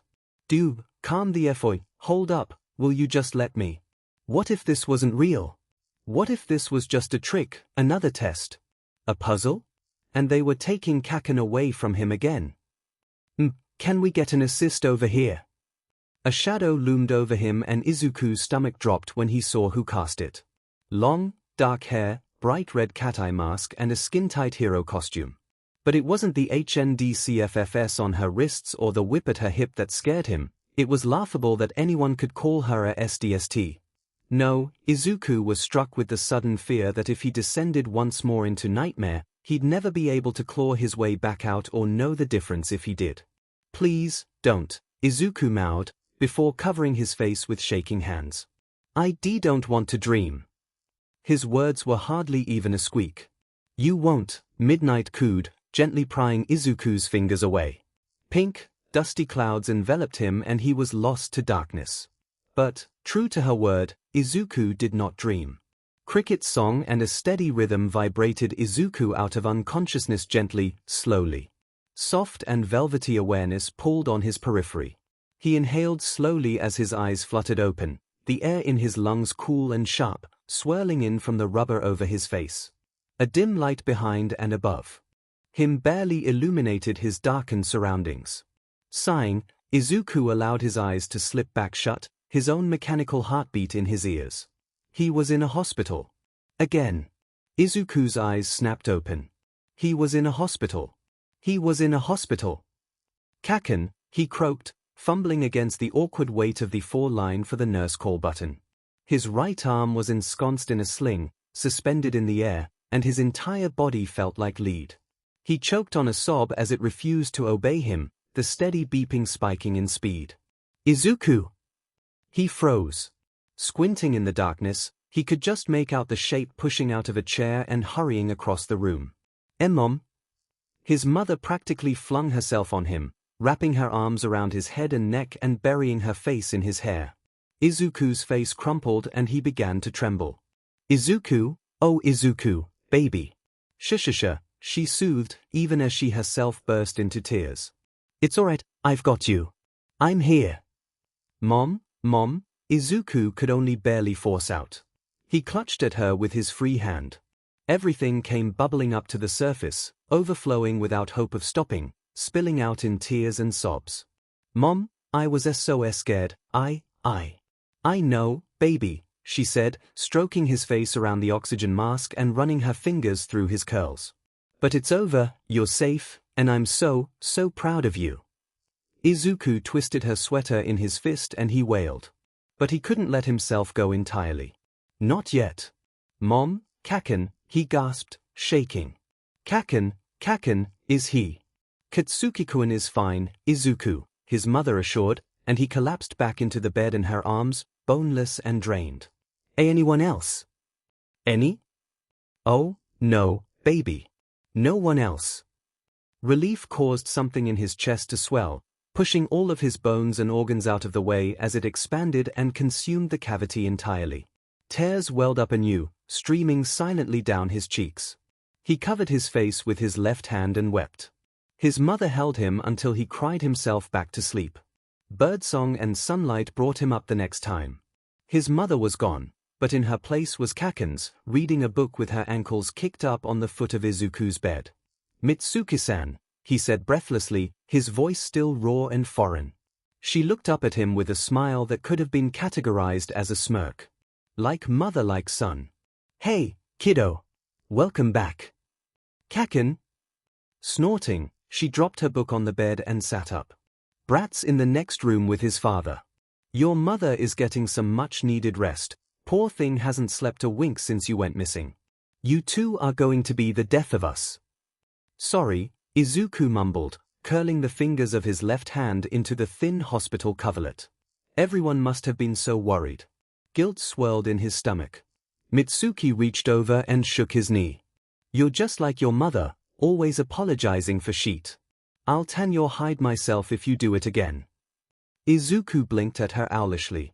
He couldn't remember the last time he had even spoken to her, beyond a cursory hello in passing when he still lived at home, and now she was slotting right back into a familial role. The rift between Kacchan and himself had all but severed the relationship between their mothers, or so Izuku thought. He supposed he didn't really know everything about his mother's life, as she surely didn't know everything about his. Biting his lip to stop the automatic apology for apologizing, Izuku turned his eyes down to his battered body. He had no idea what state his arm was in. It was suspiciously numb, still suspended above the bed. The rest of him was intact. Just bone-weary and exhausted. How is Kacchan? Can I see him? What, you think you're ready to get up? Mitsuki teased. I'll get the nurse. Maybe they can wheel him over and he'll finally calm down. Dumbass has been trying to claw his way over here since he got out of surgery. Had to tie him to the bed. Izuku's heart froze. What? He squeaked. 1. Kacchan had surgery. Did Izuku also have surgery? 2. They tied him down? Though it certainly wouldn't have been the first time Kacchan had to be restrained, that it would be necessary after what they just went through. Kidding. Kidding. Izuku-kun, breathe. She tousled his hair as she stood up. Just relax, I'll go see what I can do. I think your grumpy teacher is around here, too. Oh okay, thank you, Mitsuki-san, Izuku said quietly, his heart still slamming against his ribs. He watched her leave the room, flag down a nurse just outside the door, exchange a few words and then disappear. The nurse walked in shortly afterward. My Doria-kun, she began with a smile, my name is Hyota. How are you feeling? She spoke to Izuku but her eyes were on her medical tablet, likely with Izuku's chart pulled up. It was a process he was all too familiar with. Fine, he said simply. The nurse chuckled. Hyota was quick and efficient, checking over him and his vitals. With deft movements she unhooked and removed the oxygen mask from Izuku's face and packed it away, before ratcheting the bed and Izuku up into a seated position. Soon enough she was tucking away her tablet and turning to leave. A beep out my arm, Izuku stammered.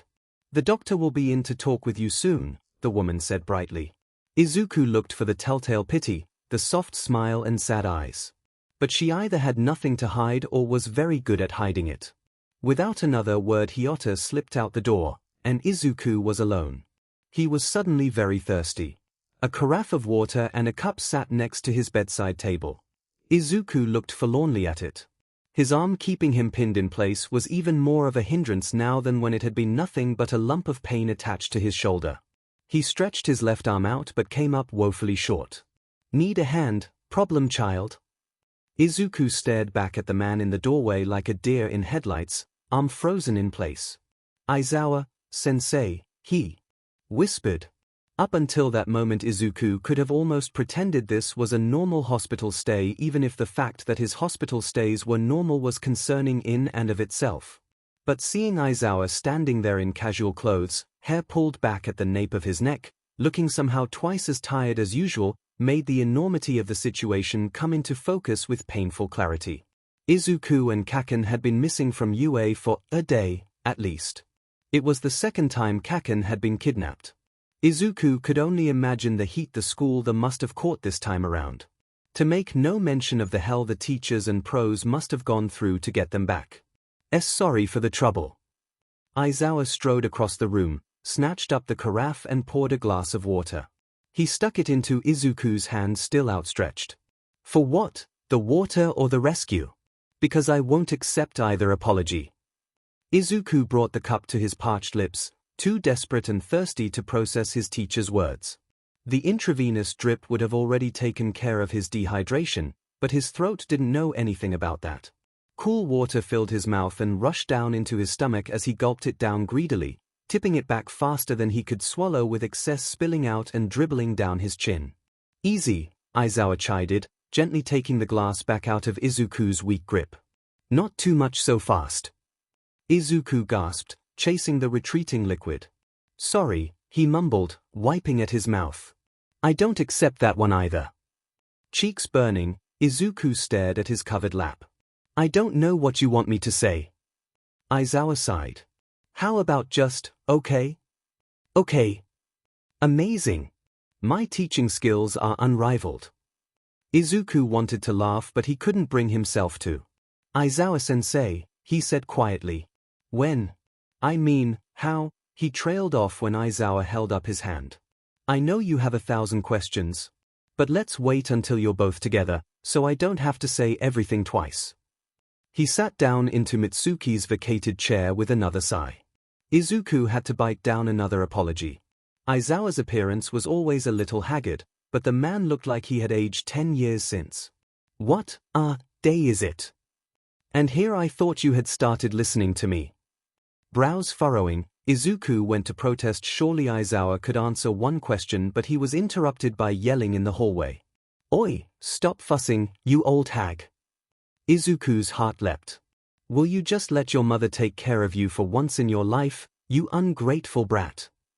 The Bakugo family entered the room with Kacchan in a wheelchair, rolling 4 in tow, pushed by his father.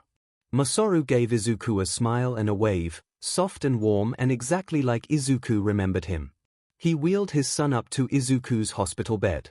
Kacchan was wearing a standard hospital gown and looked completely fine. Any injuries he had would have been hidden under the garment. His eyes met Izuku's and they both froze. Suddenly, seeing Kacchan out in the real world made everything that had just transpired between them feel surreal, like a dream. What did this mean for them? Izuku's heart twisted. Would they just go back to being acquaintances, rivals? Were they even friends? Was it all left behind in the dungeon? Was it only because Izuku was there, and not because it was Izuku? Deku. Izuku inhaled sharply. He hadn't been muttering, but he had been staring, and the rapid chirping of his heart rate monitor had filled the room. He tentatively touched his fingertips to his face and they came away wet. I'm sorry. For what? Are you oi, I swear, get your paws off me, Kacchan snarled, batting away his mother's hands as she tried to adjust the blanket on his lap. She just swatted him right back. He crossed his arms with a huff, scowling. Will you make yourself actually useful and get the DMN nurse? Deku's having a panic attack. I'm not. Izuku blurted out, pressing his left hand over his sternum as if it could quiet the beeping being projected for all to hear. I'm not, really, I'm not, he repeated, wilting slightly under all of the skeptical and worried gazes trained on him. Jay just a little overwhelmed. We'll get your mother, Mitsuki said, tugging at Masaru's arm. She flicked Kacchan's ear. Behave yourself, brat. And you, too, she leveled at Aizawa with a pointed look. Don't make these kids cry after what they've been through. Speak for yourself. Kacchan snapped at her as she and her husband disappeared into the hallway, the door shutting behind them with a click. Pushy old hen, he grumbled, turning back toward Aizawa with a scowl that matched his mother's. Well? What do you have to say for yourself, huh? Kacchan. It's fine, Midoriya, Aizawa said, waving him off. He laced his fingers together under his chin, leaning his elbows on his knees and exhaling slowly through his nose. You both deserve an explanation. With a grunt, Kacchan kicked his legs up onto the foot of Izuku's bed, settling back into the wheelchair. Knocking his mother's book to the floor. UA security went down for approximately 4 minutes just after 1 in the morning on Saturday. During that time, you both disappeared. Neither the breach nor your disappearance was discovered until approximately 2:30 in the afternoon, when Uraraka reported you missing. Kacchan raised an eyebrow. Both of us? Yes. I'm sure they'll give you the full story when you see them, but while you ignoring your friends seemed normal enough, in conjunction with Midoriya it raised your classmates' suspicions. They broke into both of your rooms after Jiru heard nothing from either. Something warm rose in Izuku's chest, alongside the growing guilt at the worry and trouble he must have caused his friends. Better not have effing touched anything, Kacchan grumbled. Izuku glanced over at him, and his eyes were down but the tips of his ears were pink. Izuku turned his gaze back to his teacher. What day is it? Aizawa frowned. Tuesday. Huh? Kacchan sputtered, eyes wide, disbelief washing away any trace of his previous emotion. Last thing I remember was going to sleep on effing Friday. We were only in there for a day, tops. You've already been here for a day, Aizawa said flatly. We recovered you yesterday morning. Although Izuku could add up the time spent in the restrooms, and guess at how long the trials took, everything before and after was a blur. Honestly, it was hard to believe it had only been 2 days and 3 nights in that nightmare. It felt like an entire year. How'd you find us? Aizawa dropped his forehead against his fingers. He spoke more to his lap than to his students. Because you vanished without a trace, our suspicions started with Kurogiri and the League. After much difficulty we discovered their current base of operations and raided it, but, he trailed off to silence, his eyes shielded from view. Izuku knew they hadn't been there. It would have been a failed mission. He could only imagine what it had been like, to show up at a villain hideout praying for a rescue and coming up empty. We weren't there, Kacchan finished. Nodding, Aizawa sat back in his chair. You weren't there. However, we weren't wrong. Izuku flinched in surprise. What? Our suspicions had been correct, it was indeed Krogiri who managed to abscond with you in the dead of night. But the League didn't keep you. We were able to get Spinner to cough up that they sold you. Aizawa ran a hand down his face. You're children. You're just children and they, he trailed off again, shaking his head. We tracked down their buyer and raided his compound, which is when we did find you. They didn't sell us, Izuku mumbled absently, twisting the thin fabric of his hotel gown in his fingers. It was the other way around. The man, he said that he was paid to take us. Yeah, Kacchan confirmed. Said that a few times. Like it was unusual for him, even. Aizawa's gaze moved slowly between them, his brow deeply furrowed. I don't need to tell you that you two have made some very powerful enemies in a very short time at this school, he said lowly. He quickly held his hands up. None of this was your fault. But this was your second time being targeted by the League, for each of you. Any of these incidents could have been fatal. Yeah? And what do you want us to effing do about it, huh? Kacchan snarled, his hands moving to fist at his knees as he pulled his feet down from the bed. Quit? Retire? Go plant flowers in the countryside? No, Aizawa sighed. I want you to be safe. At the school. But I'm not going to sugarcoat it, we failed you. I failed you. Sensei, Izuku whispered. Kacchan snorted. Whatever. He crossed his arms again, scowling, before drawing in a measured breath. So what happens to me, now? Their teacher pet his head. In what regard? Izuku's skin prickled. I effing shit. I blew that shithead's face off. I killed him. No. Izuku yelped. I did it. It wasn't Kacchan. The incessant beeping of his heart rate blasted out of the machine. The hell, Deku, don't you effing dare lie. He was protecting me, I. Both of you, stop, Aizawa growled, cutting through Izuku's babbling. No one is pressing any charges against you for self-defense while being held prisoner. Ua. He ran his hand down his face again. It's ironic that the unit on this was supposed to be next week. And, Midoriya, it's no use lying. You should know that we recovered the compound surveillance footage. It's highly sensitive, and I've only been briefed but I'm already aware of the horrors you've been through. Izuku felt his face flush hot, a perfect match to the cherry red of Kacchan's cheeks. All of it, they cried in unison. Their parents and the doctor arrived at Izuku's room at the same time, and Aizawa quietly excused himself. Izuku was happy to see his mother, and anxious to speak to the doctor, but what he really wanted was to be alone with Kacchan even if they had just spent literal days isolated together. As Mosoru began to wheel his son away, Izuku couldn't help but reach out. Wait. Wait, can Kacchan stay? Please? Their mothers exchanged looks. Izuku didn't know how much they had been told. From their perspective, their sons were contentious acquaintances at best. What must they have been thinking? It's unusual, but not unheard of, Dr. Bono responded. She adjusted her wire-rimmed glasses as she stepped over next to Izuku's bed. Even if he was standing he'd still have to crane his neck to look up at her. She was very tall, with close-cropped brown hair and a warm, trustworthy face. He noticed she wasn't carrying any documents or devices like he was used to. Memory quirk, he vaguely recalled from a previous visit. If your parents consent to having your medical history discussed, we can talk about both of your conditions openly. Another set of looks exchanged, before Mitsuki nodded her assent. Inko hesitated, her fingers flexing and curling around her purse strap. Izuku, are you sure? Yeah, he responded. At this point, was there any use hiding anything from Kacchan?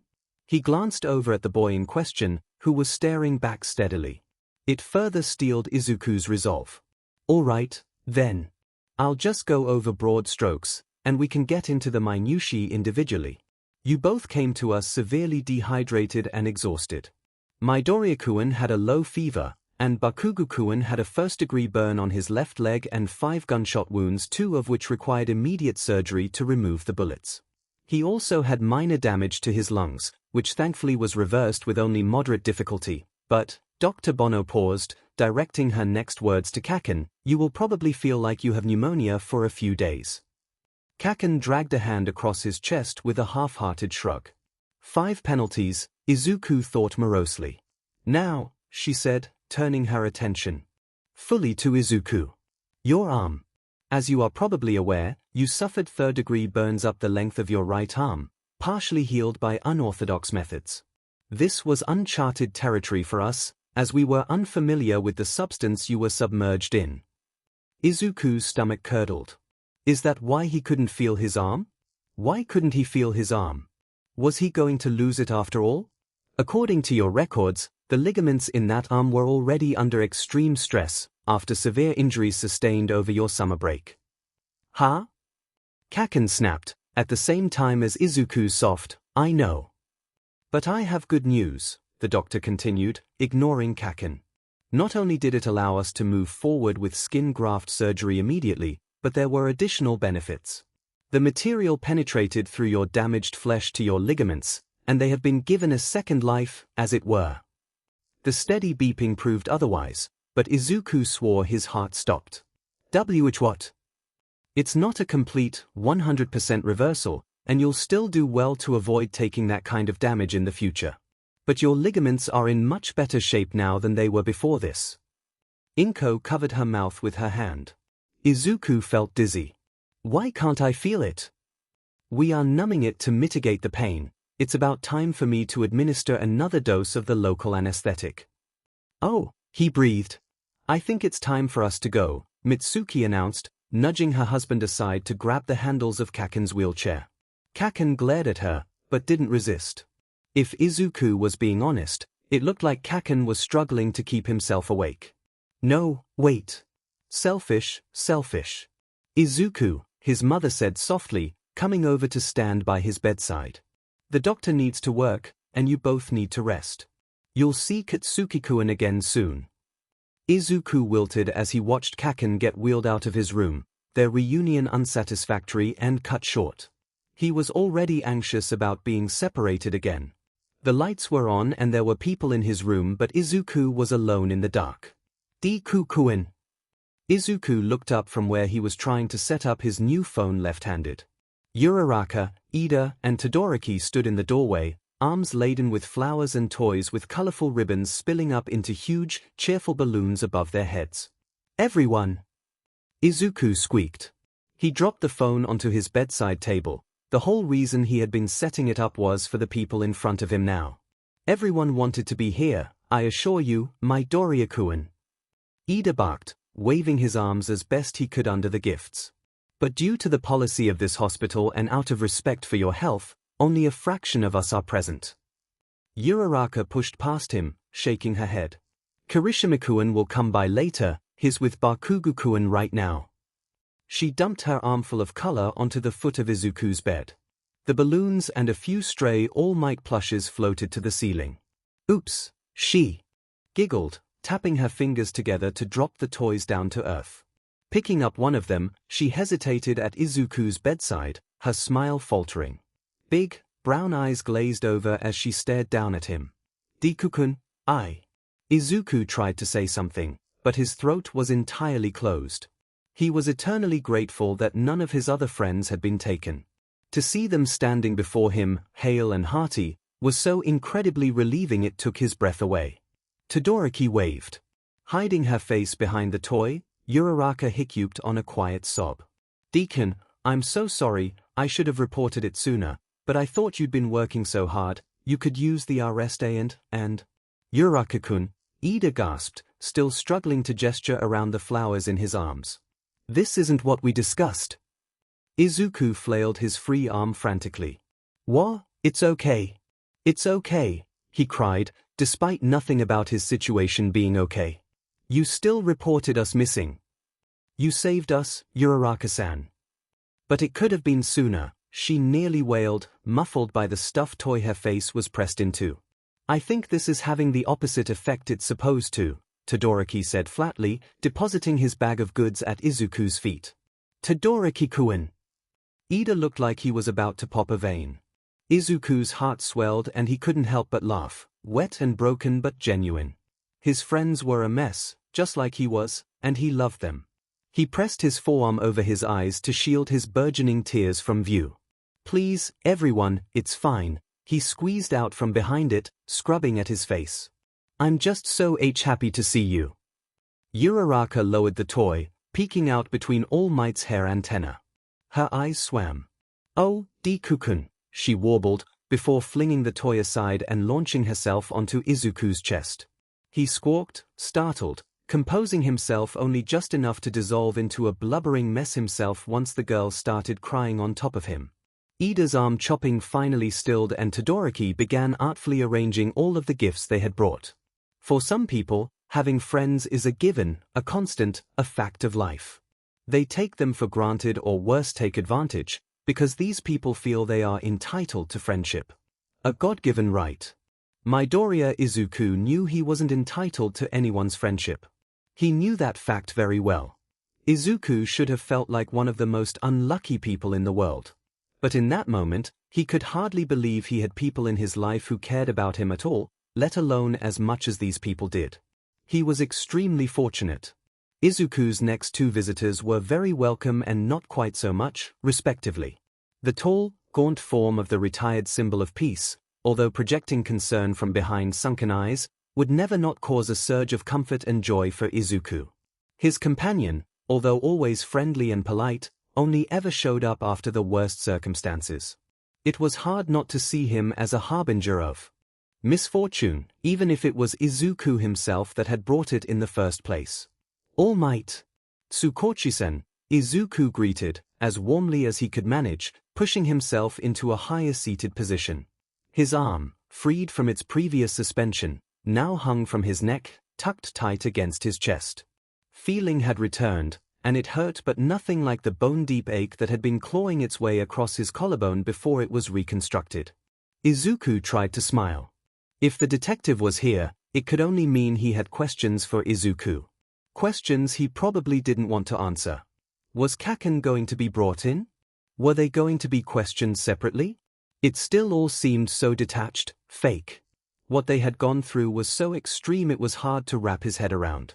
Had it even happened? If Izuku were to be interrogated, it would make it real. Would force Izuku to acknowledge it had happened. Would force him to acknowledge what had happened. Midoriya, my boy, All Might boomed, his big voice easily filling the room and at least somewhat melting Izuku's worries away. An effervescent feeling curled around him, like inhaling saltwater breezes at the shore. Everything was all right, because All Might was here. You're already looking better. Why yeah. Izuku hadn't seen himself, but nor had he seen All Might yet at all. So if All Might had seen him while he was unconscious, he could only imagine what that had looked like. Just about anything would be an improvement. Definitely, the detective confirmed, adding yet another person who had seen Izuku while he was out. He supposed he shouldn't be surprised, this not being anything close to a run-of-the-mill hospital stay. I still have it, Izuku said vaguely, without preamble.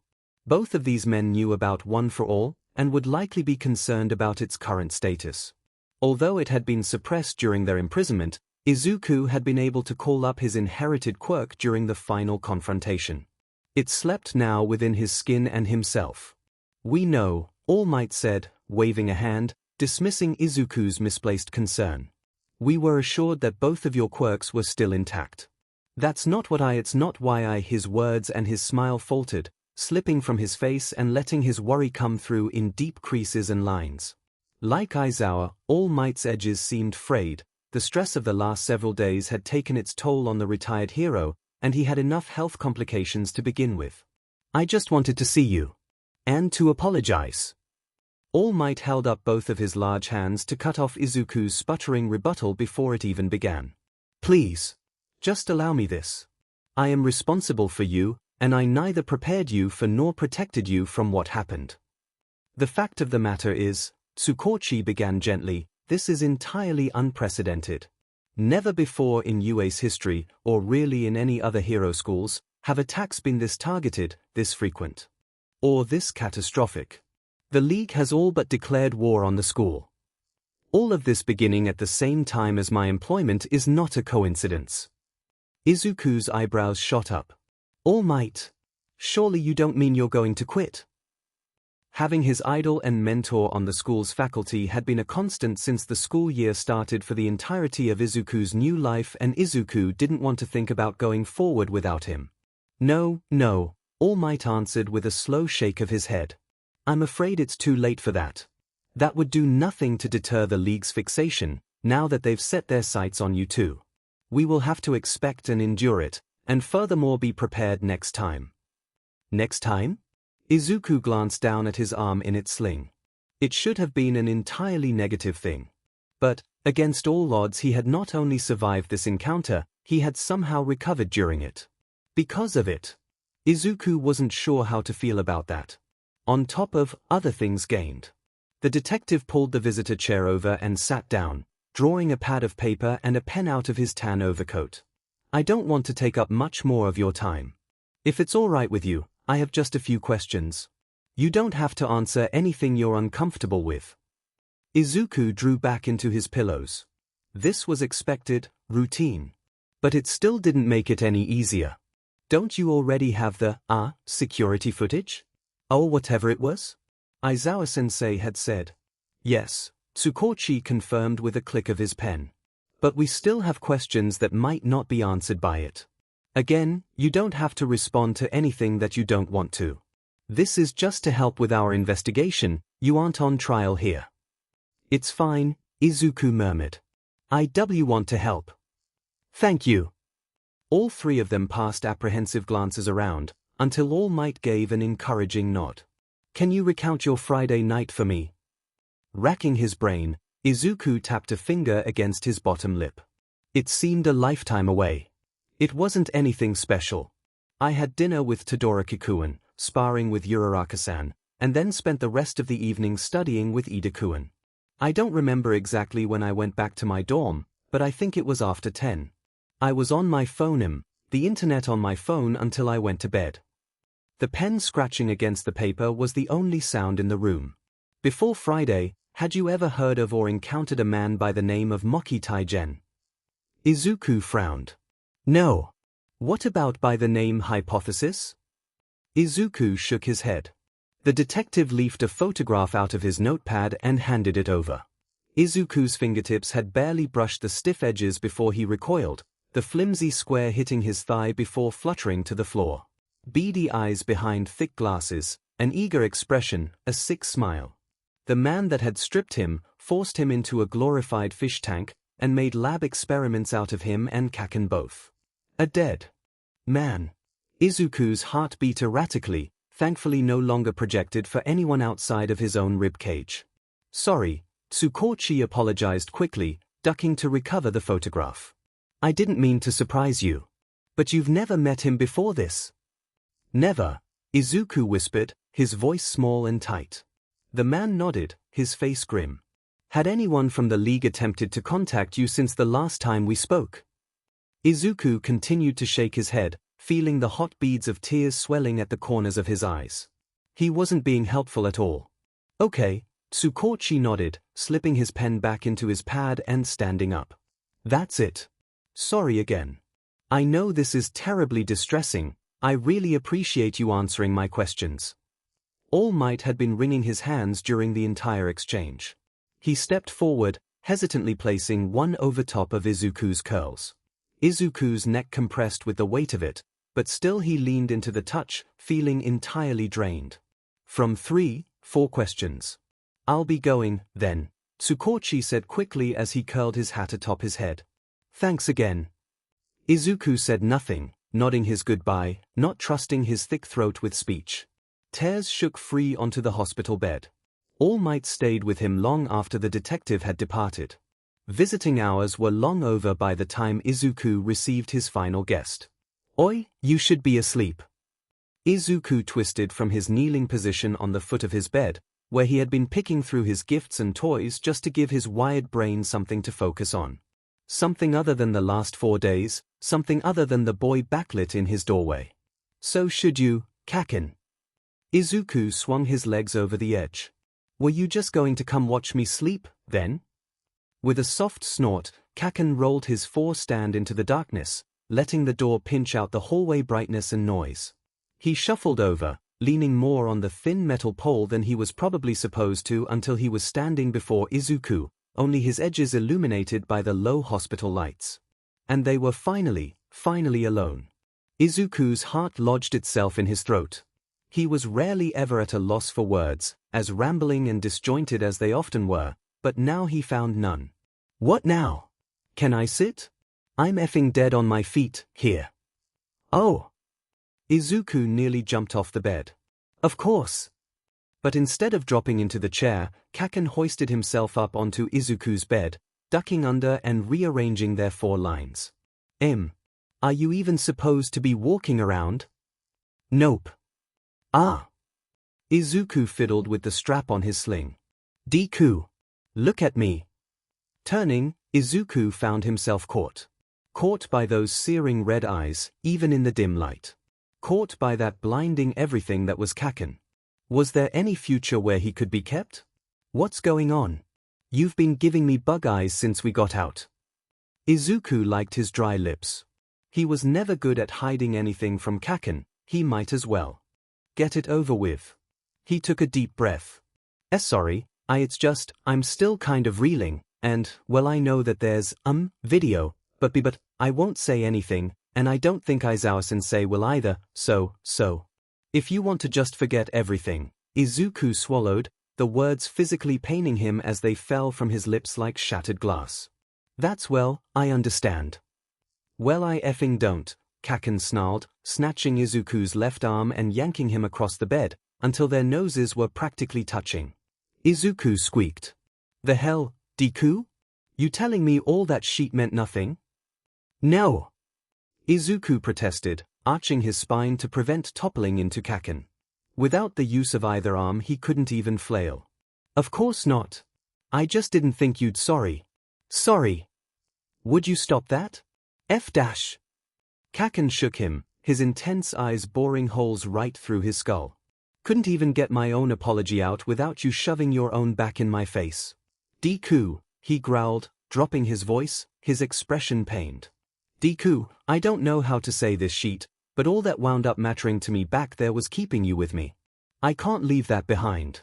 I don't want to. Oh, Izuku breathed, feeling familiar wetness trickle down his cheeks. He felt dizzy, lightheaded, elated. His poor overworked heart was just about beating right out of his chest. Kacchan was so close, and he wanted to be. Izuku trembled as he whispered, "W what now?" F if I know, Kacchan said with a hint of a snort.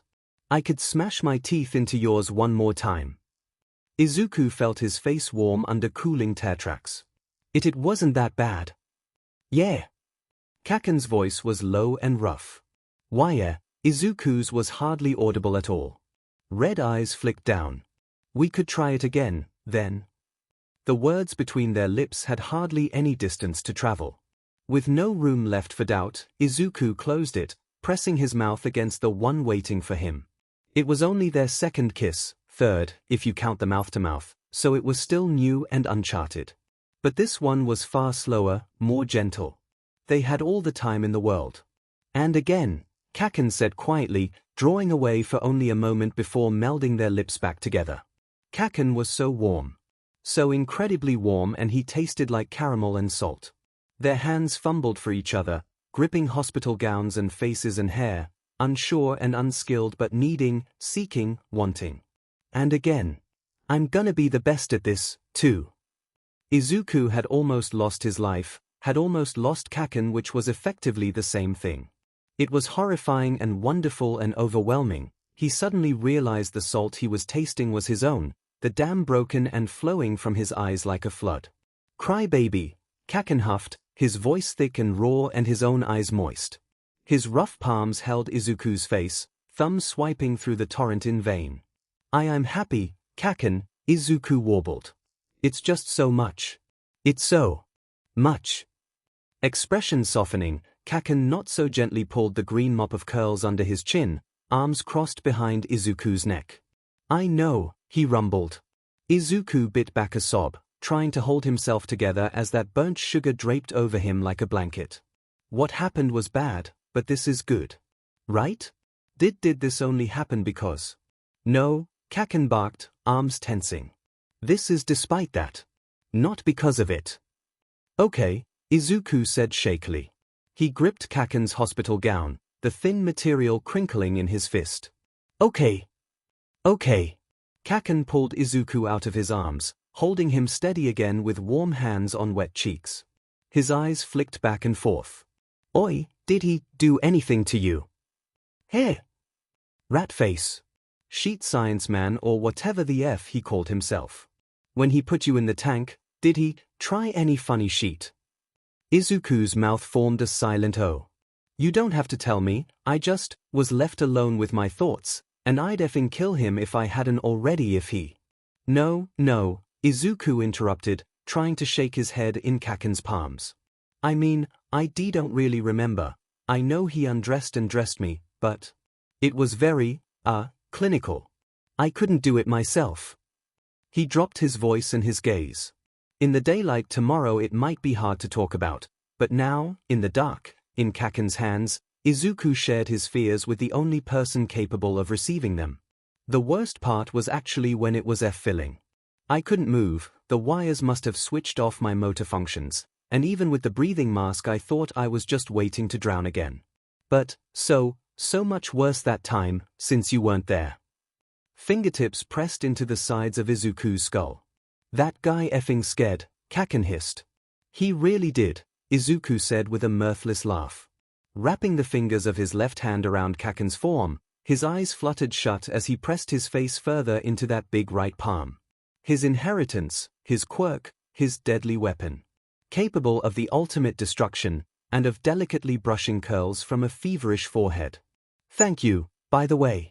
I know you don't want me to apologize, but I'm sorry you had to do it. I'm not. Izuku opened his eyes. Kacchan traced a line down Izuku's jaw with the fingers of his left hand, moving down to his neck, lightly pressing against its pulse. This was more important. Kacchan, don't. Shut up. Izuku shut up. I'm not sorry I killed him. Maybe it's gonna F me up, I don't know. Aizawa said they've got therapists and sheet. Fine. Whatever. But I'm not the first hero to kill a villain, and I'd do it again. I will do it again, if it's you or them. Kacchan, Izuku squeezed out, shaking his head. Don't you shouldn't. Would you kill for me? Izuku's heart seized. Without hesitation, he said quietly. Then we're both effed up. One side of Kacchan's mouth curled up in a smirk. Even in a hospital gown in the dark, he was devilishly handsome. With a wet laugh that morphed into a yawn, Izuku scrubbed at his face. Guess so. But I don't think that's new. Kacchan snorted. He flipped Izuku's foreline over his head and slipped off of the bed, shifting his weight onto the waiting metal stand with a rattle. Before he departed, he leaned over, depositing one last featherlight kiss on Izuku's lips. Good night, nerd. Izuku watched him go until he was left alone in darkness. And yet, he felt anything but. Good night, Kacchan. Epilogue. Things didn't go back to normal, because Izuku and Katsuki had never been normal, and their new normal was even further from it. But they eventually settled into familiar enough. Classes resumed after a short break, and both boys were eased back into them with minor difficulty. Therapists and sheet started a week later. On the surface, nothing changed. They still fought tooth and nail during combat matchups, yelling obscenities and goading insults. They sat at separate lunch tables. Had separate friends. Katsuki still teased Izuku and Izuku pushed right back. But things were different if you knew where to look. Katsuki stopped screaming die at inanimate objects. Izuku's compression sleeve now extended to his wrist. And they spent almost every minute outside of class with each other. Sure you're ready? Izuku nodded, jaw set and lips pressed firmly together. He nodded a second time.